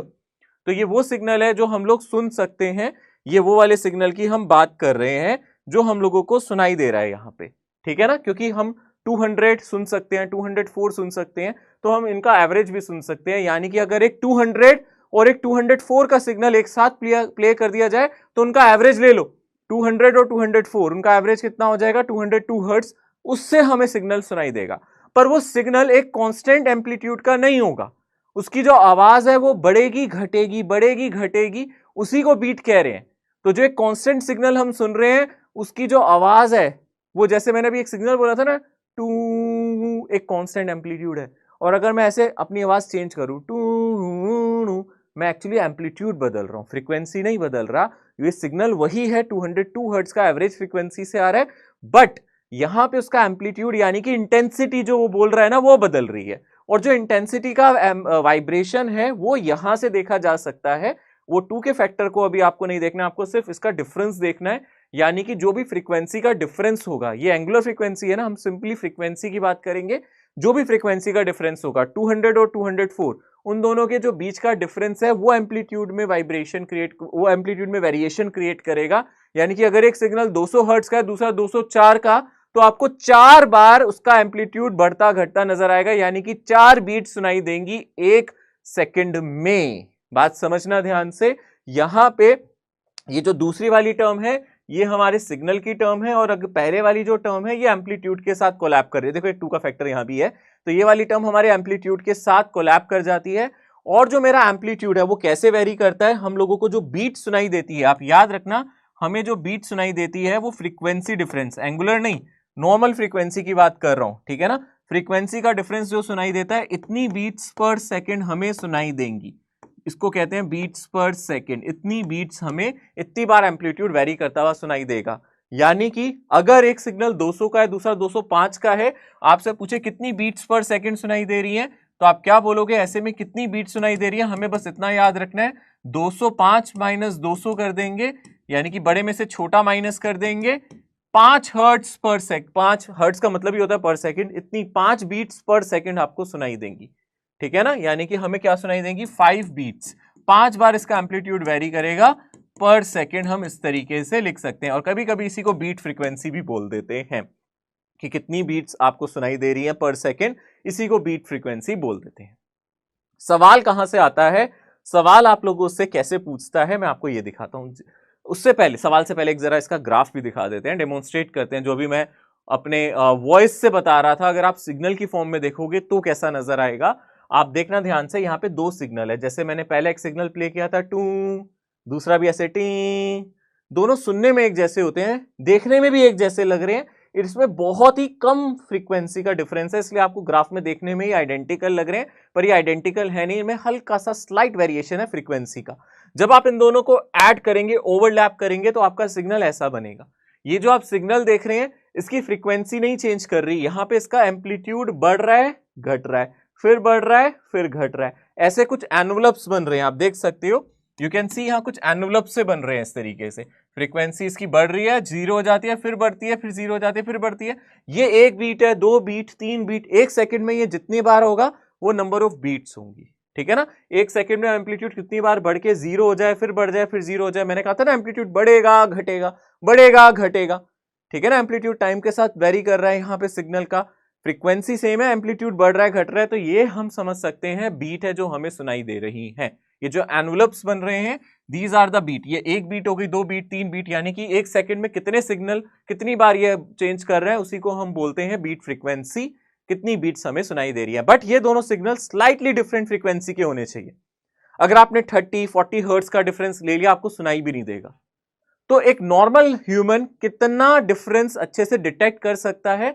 Around 10 hertz, इससे ज्यादा नहीं। कहते हैं 8 से 10 हर्ट्ज, 12 हर्ट्ज मैक्सिमम सुना गया है। इससे ज्यादा अगर 14, 16, 20, 30 हर्ट्ज का डिफरेंस आएगा ना, तो बीट तो बन रही होंगी, एनवलप्स तो बन रहे होंगे, पर एक सेकंड में बहुत सारे बन रहे होंगे। आपको ऑलमोस्ट वो कांस्टेंट नजर आएगा। वो इतने सारे एनवलप्स बनेंगे, यानी कि आपकी फ्रीक्वेंसी बार बार बढ़ेगी, घटेगी, बढ़ेगी, घटेगी, बढ़ेगी, घटेगी, ऐसे साथ साथ हो जाएंगे। मतलब ये एनवलप्स इतने छोटे छोटे हो जाएंगे ना, आप समझ सकते हो, ये एनवलप्स इतने छोटे छोटे हो जाएंगे तो आपको ऑलमोस्ट कांस्टेंट लगेंगे। आपको पता ही नहीं चलेगा एनवलप बन रहे हैं। एनवलप तब पता चलेंगे जब ये बड़े एनवलप होंगे, आपको अच्छा खासा वेरिएशन समझ में आएगा। यानी कि हमारे कानों को ये ऑलमोस्ट कांस्टेंट सिग्नल सुनाई देगा। इसलिए हम लोग कहते हैं कि ज्यादा फ्रीक्वेंसी का डिफरेंस होगा तो भी बीट समझ में नहीं आती। बीट तभी समझ में आती है जब फ्रीक्वेंसी स्लाइटली सेम हो, थोड़ा सा डिफरेंस हो। अगर बिल्कुल सेम होगी फ्रीक्वेंसी फिर भी बीट्स नहीं आएंगी। थोड़ी सी 10 हर्ट्ज तक का डिफरेंस हम लोग डिटेक्ट कर लेंगे, 10 से 12 कोई आइडियल नहीं है। बेसिकली हम मान के चल लेते हैं 12, इससे ज्यादा तो नहीं सुन सकते भाई, ठीक है। Okay, tuning forks and its frequency. तो एक चीज याद रखना, हम ट्यूनिंग फोक को जनरली यूज करते हैं अपने फ्रीक्वेंसी प्लेयर की तरह कि यहां से कोई फ्रीक्वेंसी आएगी। ट्यूनिंग फोक में क्या होता है, ट्यूनिंग फोक की एक फिक्स फ्रीक्वेंसी होती है। आप इसको वाइब्रेट करते हो तो ये ऐसे ऐसे ऑसिलेट करता है, और ये क्या करता है, अगर ये एक सेकंड में 20 से ज्यादा टाइम्स ऑसिलेट करेगा तो एक फ्रीक्वेंसी देगा। तो अगर ये 200 टाइम्स ऑसिलेट करता है, वाइब्रेट करता है, तो इसका मतलब है ये 200 हर्ट्ज की फ्रीक्वेंसी क्रिएट कर सकता है। अगर एक सेकंड में 200 टाइम्स ऐसे ऐसे ऐसे ऐसे ऐसे फास्ट ऑसिलेशन करेगा ना तो वाइब्रेशन कर सकता है। तो इसकी एक फिक्स फ्रीक्वेंसी होती है, इसकी एक फिक्स फ्रीक्वेंसी होती है जिसको हम बदल सकते हैं। यहां पे हम कोई क्लिप लगा दें तो उसकी फ्रीक्वेंसी बदल जाती है। या फिर हम लोगों को 2 मेथड्स सिखाए जाते हैं, 2 तरीके से आप इसकी फ्रीक्वेंसी बदल सकते हो। एक होता है फाइल्ड करना इसको, है ना, और दूसरा होता है इसको वैक्स्ड करना। एक होता है फाइल्ड करने वाला मेथड, दूसरा होता है वैक्स करना, वैक्स लगा देना। तो अगर हम लोग क्या करते हैं, फाइल्ड करते हैं, यानी कि इसको तीखा शार्प कर देते हैं, यानी कि एजेस को शार्प करते हैं। आपको बस फाइल्ड वर्ड याद रखना है। अगर फाइलिंग कर रहे हैं, फाइल्ड कर रहे हैं, ऐसे केस में ये इसकी फ्रीक्वेंसी को थोड़ा सा बढ़ा देता है, फ्रीक्वेंसी को क्या कर देता है, इंक्रीज। अगर आप नॉर्मली ट्यूनिंग फोक को थोड़ा सा फाइल्ड करेंगे तो उसकी फ्रीक्वेंसी बढ़ेगी। अगर आप वैक्स करेंगे तो इससे इसकी फ्रीक्वेंसी क्या करेगी, डिक्रीज करेगी। इससे इसकी फ्रीक्वेंसी क्या हो जाएगी, कम हो जाएगी। तो फाइलिंग करने से फ्रीक्वेंसी बढ़ेगी और वैक्स लगाने से इसकी फ्रीक्वेंसी डिक्रीज करेगी। तो ये आप लोग ट्यूनिंग फोक में याद रख सकते हैं, फाइल और वैक्स, ये 2 फिनोमिना आप लोगों को इसमें याद रखने हैं। बात समझ में आती है। इस तरीके से हम लोग क्या कर सकते हैं, इसकी फ्रीक्वेंसी को बदल सकते हैं। अब इसको हम किस तरीके से इस्तेमाल करेंगे, मैं आपको एक चीज बताता हूं। जैसे मान लो आपके पास 2 ट्यूनिंग फोक है आइडेंटिकल। मान लो मैंने कहा 2 आइडेंटिकल ट्यूनिंग फोक ले लिए, एकदम आइडेंटिकल, एक जैसे दिखने वाले हैं। ये दोनों क्या है, हमारे आइडेंटिकल ट्यूनिंग फोक्स हैं, ठीक है ना। These are identical tuning forks. मान लो दोनों की फ्रीक्वेंसी बराबर है, ठीक है ना। इसकी भी फ्रीक्वेंसी कुछ एफ है, इसकी भी फ्रीक्वेंसी कुछ एफ है। अब अगर मैं क्या करूं, यहां पे कुछ वैक्स लगा दूं, अगर मैं यहां क्या करूं, कुछ वैक्स लगा दूं, मान लो मैंने यहां थोड़ी सी वैक्स लगा दी, हल्की सी वैक्स लगा दी, तो दोनों की फ्रीक्वेंसी में डिफरेंस आएगा और दो बीट जनरेट कर सकते हैं। बात समझ में आ रही है अच्छी तरीके से। क्यों, मान लो अगर इसकी फ्रीक्वेंसी भी 500 हर्ट्ज थी, इनिशियल फ्रीक्वेंसी इसकी भी 500 हर्ट्ज थी, मैंने मान लिया, तो अगर आप वैक्स लगाओगे तो इसकी फ्रीक्वेंसी क्या हो जाएगी, पहले से थोड़ी सी क्या हो जाएगी, यहां पे इसकी फ्रीक्वेंसी कम हो जाएगी या बढ़ जाएगी, यहां पे इसकी फ्रीक्वेंसी थोड़ी सी कम हो जाएगी। फ्रीक्वेंसी बढ़ती कैसे है, फाइल्ड करने से। डिक्रीज कैसे होती है, वैक्स लगाने से। यानी कि अगर आप वैक्स लगाओगे तो इसकी फ्रीक्वेंसी थोड़ी सी कम हो जाएगी। मान लो इसकी फ्रीक्वेंसी लो हो गई आफ्टर वैक्स, है ना, आफ्टर वैक्स्ड इसकी फ्रीक्वेंसी कितनी हो गई, अगर हमने ध्यान से देखा, मान लो इसकी फ्रीक्वेंसी 496 हर्ट्ज हो गई, तो आपको क्या सुनाई देने लग जाएगा, 4 बीट्स यू कैन हियर, ठीक है ना। तो 4 बीट्स हम हर सेकंड सुन पाएंगे अगर ऐसा हो जाता है। कितनी बीट्स आ जाएंगी, 4 बीट्स आ जाएंगी, ठीक है ना। तो ये ट्यूनिंग फोक में हम कर सकते हैं। इसके अलावा हम एक रोप पे भी सिग्नल दे सकते हैं, वहां पे भी हम फ्रीक्वेंसी को वेरी करके बीट जनरेट कर सकते हैं। सवाल देखते हैं, सवाल से समझ में आएगा। जैसे कि यहां पे एक क्वेश्चन है, इन अ guitar 2 strings A and B made of same material are slightly out of tune and produces a beat of 6 hertz. तो यानी कि दो स्ट्रिंग्स थी यहाँ पे, पहली स्ट्रिंग ए और दूसरी स्ट्रिंग की बात करें स्ट्रिंग बी। गिटार की दो स्ट्रिंग्स की हम लोगों ने यहाँ चर्चा की, ए और बी, और ये क्या प्रोड्यूस कर रही थी, 6 हर्ट्ज की बीट प्रोड्यूस कर रही थी। यानी कि अगर इसकी कुछ फ्रीक्वेंसी है एफ, तो इसकी भी कुछ फ्रीक्वेंसी होगी एफ डैश। दोनों की फ्रीक्वेंसी सेम नहीं है, अब एक की ज्यादा होगी दूसरे की कम होगी। 6 बीट्स है तो यानी कि एक की दूसरे से ज्यादा होगी। अगर इसकी एफ है तो इसकी f+6 हो सकती है या f-6 हो सकती है, ऐसा ही तो होगा ना। यानी कि एफ डैश या तो f+6 होगा या f-6, तभी तो बीट्स जनरेट करेंगे 6, है ना। या तो बी ज्यादा फ्रीक्वेंसी की होगी या कम, पर 6 का ही फर्क होना चाहिए। When the tension in B is slightly decrease, the beat frequency increases to 7 Hz। ठीक है ना। तो अब आप कह दो कि मान लो सर इसकी फ्रीक्वेंसी f थी, थोड़ी देर के लिए मान लो कि सर इसकी 100 मान लेते हैं, थोड़ी देर के लिए एज्यूम कर लो, समझने में आसान हो जाएगा। तो इसकी कितनी हो सकती है, या तो 94 होगी या फिर 106 हर्ट्ज होगी, यही तो हो सकती है। ठीक है ना। अब वो क्या कर रहा है, वो कह रहा है tension in B is slightly decrease. अब टेंशन से क्या होता है आपको पता है, वेलोसिटी हमें पता है, फ्रीक्वेंसी का जो फॉर्मूला है वो होता है 1/12 √T/μ, यही होता है ना। अगर आप टेंशन को डिक्रीज करोगे तो फ्रीक्वेंसी इंक्रीज करेगी या डिक्रीज, ऑब्वियसली फ्रीक्वेंसी भी क्या करेगी, डिक्रीज करेगी। समझ में आ रहा है, अगर आप टेंशन को डिक्रीज करोगे तो फ्रीक्वेंसी भी डिक्रीज करेगी, है ना, लॉजिक है ना। टेंशन कम करोगे फ्रीक्वेंसी भी डिक्रीज करेगी। तो अब आप सोचो, उसने बोला है जैसी टेंशन कम किया बीट फ्रीक्वेंसी 7 हर्ट्ज होगी, बताओ बढ़ी या घटी। पहले 6 हर्ट्ज का डिफरेंस था, अब 7 हर्ट्ज का हो गया। यानी कि टेंशन को कम करने से मान लेते हैं 1 हर्ट्ज कम हो गया, तो ठीक है, तो इसकी कितनी हो जाएगी, अगर इसकी 94 थी तो 93 हो जाएगी, और अगर 106 थी तो कितनी हो जाएगी, 105 हर्ट्ज हो जाएगी। बात समझ में आ रही है अच्छी तरीके से।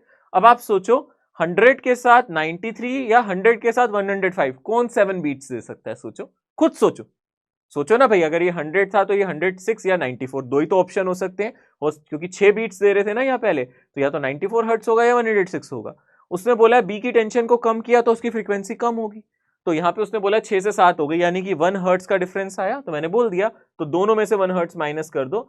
अब अगर 94 थी तो 93 हो जाएगी, 106 थी तो 105 हो जाएगी।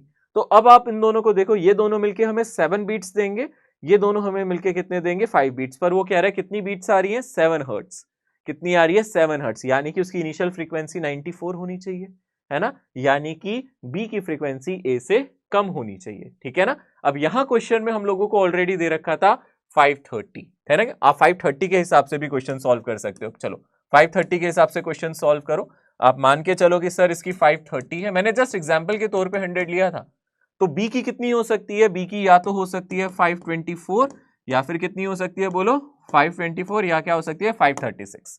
तो अगर फ्रीक्वेंसी कम हो रही है क्योंकि टेंशन कम हो रही है, तो इसकी कितनी हो जाएगी 523, और यहां से कितनी हो जाएगी 535। अब आप खुद सोचो 530 के साथ 523 या 530 के साथ 535, कौन 7 बीट्स देगा, डेफिनेटली ये देगा। यानी कि इनिशियल फ्रीक्वेंसी बी की 524 होगी, इनिशियल फ्रीक्वेंसी बी की 524 हर्ट्ज होगी, तो इसका आंसर 524 हर्ट्ज आएगा। समझ में आ रहा है। ऑब्वियसली हमें एक की फ्रीक्वेंसी पता थी 530, दूसरे की नहीं पता थी। दूसरे के दो पॉसिबल आंसर हो सकते हैं 6 बीट के लिए, 524 भी 536 भी। तो ऐसे में हम ना एक की फ्रीक्वेंसी को थोड़ा सा बदल देते हैं। इसके लिए इसकी टेंशन कम करी, इसकी फ्रीक्वेंसी हल्की सी कम करी। तो अगर आप ध्यान से देखो, अगर 524 होगा तो इसकी फ्रीक्वेंसी कम करने से नंबर ऑफ बीट्स बढ़ जाएंगी, इसकी फ्रीक्वेंसी कम करने से नंबर ऑफ बीट्स घट जाएंगी। पर यहां उसने बोला बीट्स बढ़नी चाहिए, इसलिए इसकी इनिशियल फ्रीक्वेंसी 524 होगी, ना कि 536। समझ में आ रहा है। आपसे फाइनल फ्रीक्वेंसी पूछता ये होती, फाइनल फ्रीक्वेंसी नहीं पूछा, उसने पूछा इनिशियल फ्रीक्वेंसी स्ट्रिंग की क्या थी, बी की, ठीक है ना। ओरिजिनल फ्रीक्वेंसी ऑफ बी पूछा, फाइनल फ्रीक्वेंसी नहीं पूछा बी का, ओरिजिनल पहले क्या थी, इसलिए 524 आया। सो यहां पे एक क्वेश्चन है स्टूडेंट्स, यहां पे क्या बोल रहा है, a source x of unknown frequency produces 8 beats with a 50 hertz.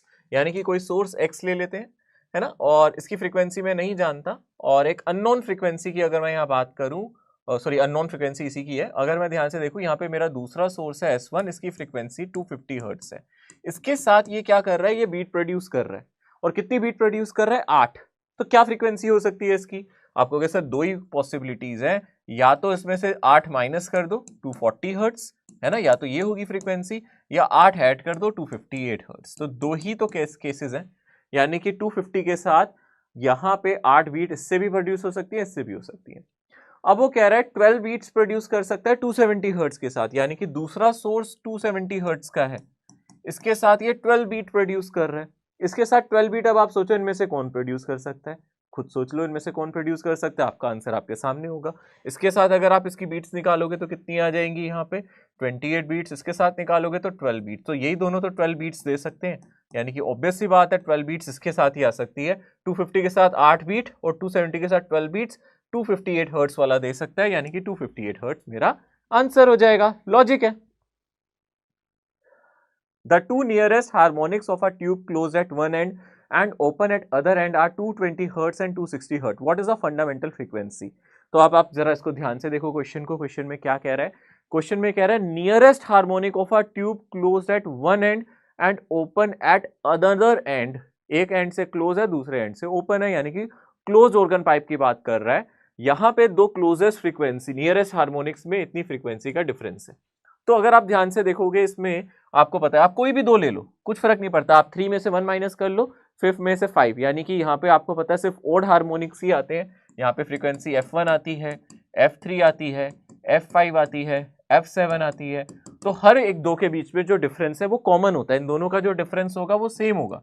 जो F3 माइनस F1 होगा वही मेरा F5 माइनस F3 होगा, वही मेरा F7 माइनस F5 होगा, यानी कि जो क्लोजेस्ट हार्मोनिक्स है उनके बीच का डिफरेंस हमेशा सेम होगा। तो मतलब मैं F3 माइनस F1 कर लेता हूं, यानी कि 3V divided by 4L minus V divided by 4L, ये किसके इक्वल हो जाएगा 2V डिवाइडेड बाय 4L, यानी कि V डिवाइडेड बाय 2L, यही आ जाएगा। हम लोगों को ये दे रखा है ना, तो हम लोगों को पता है कि यहाँ पे टू नियरेस्ट हार्मोनिक जो होती है उनका डिफरेंस कितना होता है V/2L। तो इनका डिफरेंस यहाँ से कितना आएगा जो हम लोगों को दिया गया है, यहाँ पे हमें कितना मिल जाएगा, यहाँ से फ्रीक्वेंसी डिफरेंस कितना मिल जाएगा, यहाँ से फ्रीक्वेंसी डिफरेंस मिल जाएगा 260 माइनस 220, यहाँ से आ जाएगा 40 हर्ट्ज। ठीक है ना। मुझे ये नहीं पता ये कौन सा हार्मोनिक है, मुझे ये नहीं पता कौन सा हार्मोनिक है, मैं ये नहीं कह रहा ये फर्स्ट हार्मोनिक है ये थर्ड है, पर मुझे पता है ये दोनों क्लोजेस्ट हार्मोनिक है, इनका डिफरेंस वही आएगा V/2L। क्योंकि अगर मैं 5 माइनस 3 करता तो भी सेम आता, 7 माइनस 5 वाले से निकालता तो भी सेम आता, तो यानी कि मैं बस इसको इक्वेट कर देता हूँ, V डिवाइडेड बाई 2L हमेशा 40 हर्ट्ज के इक्वल हो जाएगा इस केस में। तो फंडामेंटल फ्रीक्वेंसी कितनी हो जाएगी यहाँ से, फंडामेंटल फ्रीक्वेंसी कितनी होती है, फंडामेंटल फ्रीक्वेंसी F1 कितनी होती है V डिवाइडेड बाई 4L, ये कितनी हो जाएगी आप देख सकते हैं, V डिवाइडेड बाई 4L क्या हो जाएगा, इसका हाफ हो जाएगा, यानी कि वो हो जाएगा 40 डिवाइडेड बाई 2 यानी कि 20 हर्ट्ज। अरे ठीक है ना, V/2L अगर 40 आ चुका है मेरा, क्योंकि जो फ्रीक्वेंसी का डिफरेंस है वो 40 हर्ट्ज आ गया, ये डिफरेंस इन फ्रीक्वेंसी 40 हर्ट्ज आ गया है, तो फंडामेंटल फ्रीक्वेंसी V/4L होती है या नहीं होती, होती है ना। तो V/2L अगर 40 है तो V/4L क्या होगा 40/2, आधा, V/2L का आधा कर दो V/4L आ जाएगा, तो 40/2 यानी कि 20 हर्ट्ज। तो आंसर क्या आ जाएगा यहाँ पे 20 हर्ट्ज, आसान है। नेक्स्ट एक कंसेप्ट है, मैं पहले इस कंसेप्ट को थोड़ा सा आपको बता देता हूं। यहाँ पे कभी कभी ना क्या करता है, आप लोगों को बहुत सारे फ्रीक्वेंसीज के लिए यहाँ पे कंसेप्ट समझा देता हूं। फंडामेंटल फ्रीक्वेंसी जब दे दे तो हमें क्या करना चाहिए, जैसे कि यहाँ पे आपको दो स्ट्रिंग्स दे दे, दो स्ट्रिंग नहीं दो एंड पॉइंट्स दे दे और स्ट्रिंग एक ही दे दे। लेटर से मैं आपको बोल दूं यहाँ पे एक स्ट्रिंग दे दिया जाए ऐसे, और स्ट्रिंग की कुछ लंबाई हम ले लेते हैं L, है ना। और हम स्ट्रिंग को क्या कर रहे हैं, यहाँ पे किसी पॉइंट से हम फिक्स कर देते हैं।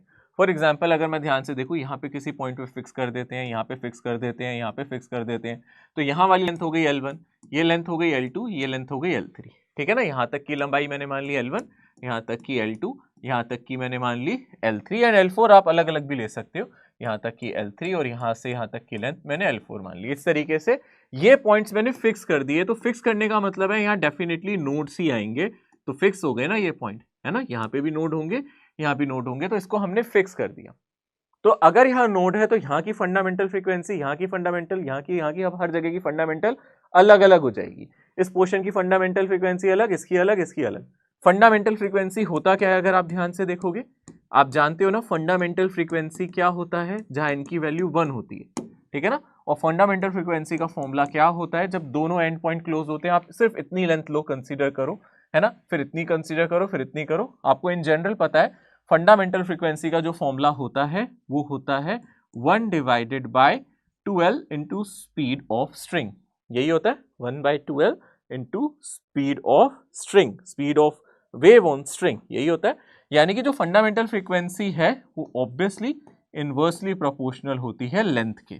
जितनी ज्यादा लेंथ उतनी कम फंडामेंटल फ्रीक्वेंसी, यही तो होता है ना, है ना। तो आप देख सकते हो यहां पे अगर मैं पहले वाले रीजन की फंडामेंटल फ्रीक्वेंसी पूछूं तो आप लिख सकते हो पहले वाले रीजन में अगर मैं F1 की बात करूं, क्योंकि स्पीड तो हर जगह सेम होगी, क्योंकि टेंशन सेम है, स्पीड हर जगह सेम होगी।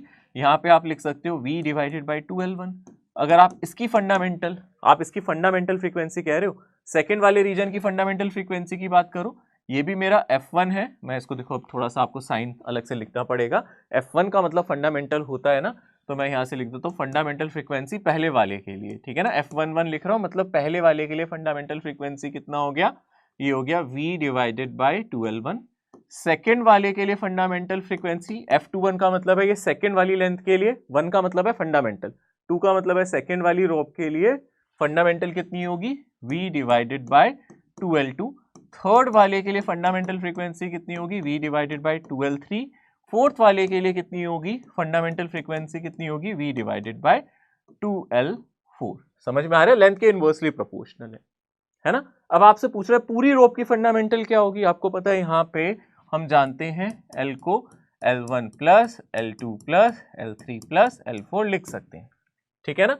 तो आप यहाँ L1 को लिख सकते हो क्या, यहाँ से आप L1 को क्या लिख सकते हो, L1 को लिख सकते हो v डिवाइडेड बाय 2 टाइम्स फंडा फ्रीक्वेंसी F11। और यहाँ से क्या लिख सकते हो, L2 को v divided by F21, v divide by F23 आप यहाँ से डाल सकते हो। और यहाँ से L को क्या लिख सकते हो, यहाँ पे L को क्या लिख सकते हो, v डिवाइडेड बाय, है ना, 2 टाइम्स, आप L को इधर ले जाओ, v divided by 2 times effective fundamental frequency, यानी कि पूरी स्ट्रिंग की फंडामेंटल फ्रीक्वेंसी, इसको F इफेक्टिव लिख दो। तो ये किसके इक्वल आ जाएगा, ये आ जाएगा v divided by 2 times fundamental frequency of first, v divided by 2 times fundamental frequency of second, ठीक है ना, plus v divided by 2 times fundamental frequency of third, v divided by fundamental frequency of fourth, और v भी cut जाएंगे, यानी कि एक simple सा फॉर्मूला इफेक्टिव फंडामेंटल फ्रीक्वेंसी का क्या आएगा, F11 plus F21 plus third region की fundamental frequency plus fourth region की फंडामेंटल फ्रीक्वेंसी। ओवरऑल कंक्लूजन पे आते हैं, डेरिवेशन से इंपॉर्टेंट है इसका कंक्लूजन, क्योंकि एग्जाम में कंक्लूजन से ही क्वेश्चन सॉल्व हो जाएंगे।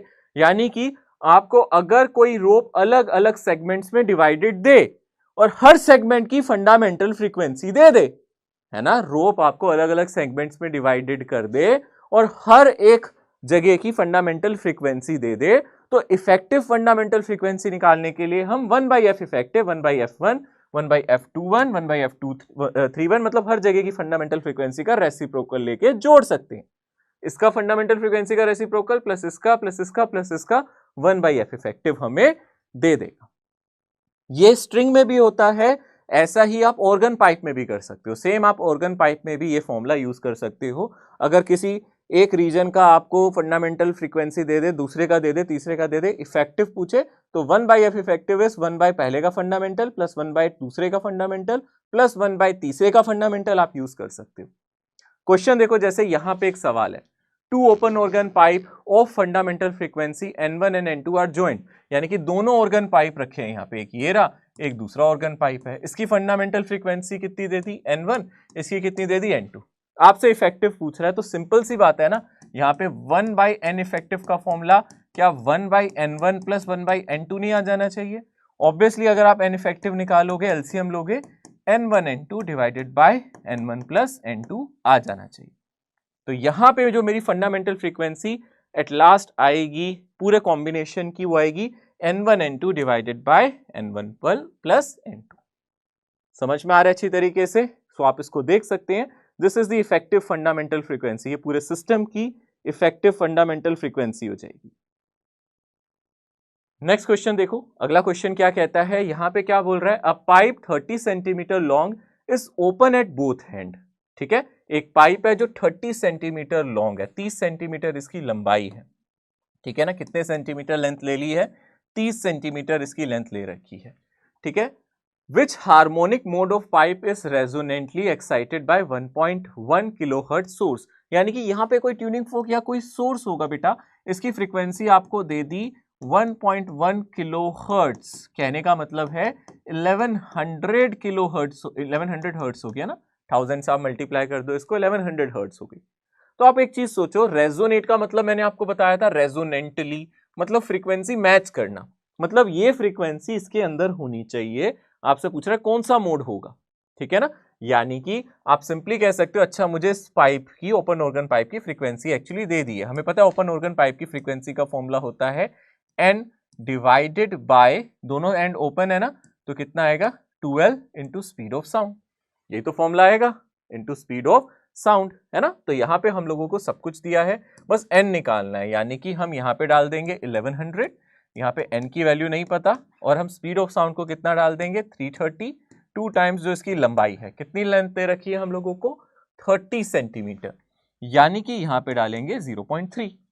तो आप देख सकते हो लेफ्ट साइड तो ठीक है 110, राइट साइड क्या आएगा इंटू 330 डिवाइडेड बाई 2 इंटू 3 और इंटू आप 10 लिख सकते हो, ऐसे लिख सकते हो, 3 से इसको काट दो आप 110, ठीक है ना, यही आ जाएगा।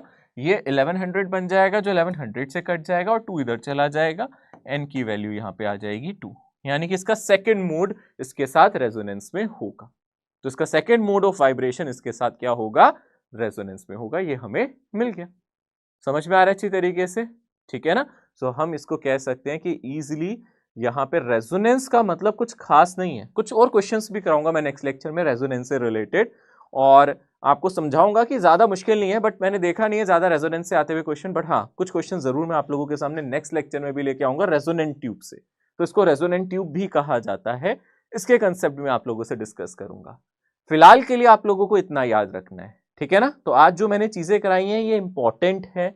आज मैंने आप लोगों को बताया कैसे ओपन ऑर्गन पाइप में, कैसे क्लोज ऑर्गन पाइप में आप लोगों की फ्रीक्वेंसी आती है, क्या फंडामेंटल फ्रीक्वेंसी होता है, प्लस बीट। डॉपलर इफेक्ट पहले होता था, अब डॉपलर इफेक्ट हमारे सिलेबस का पार्ट नहीं है, तो हम लोगों को डॉपलर इफेक्ट नहीं करना है, आप उसको अवॉइड कर सकते हैं। So don't do Doppler effect for the time being now, हमें सिर्फ इतना करना है, ठीक है। सो यस, सो फार हम लोगों ने जो चीजें की हैं मैं एक बार आपको दिखा देता हूं, जस्ट हैव अ लुक किया हम लोगों ने किया है आज पूरे लेक्चर में।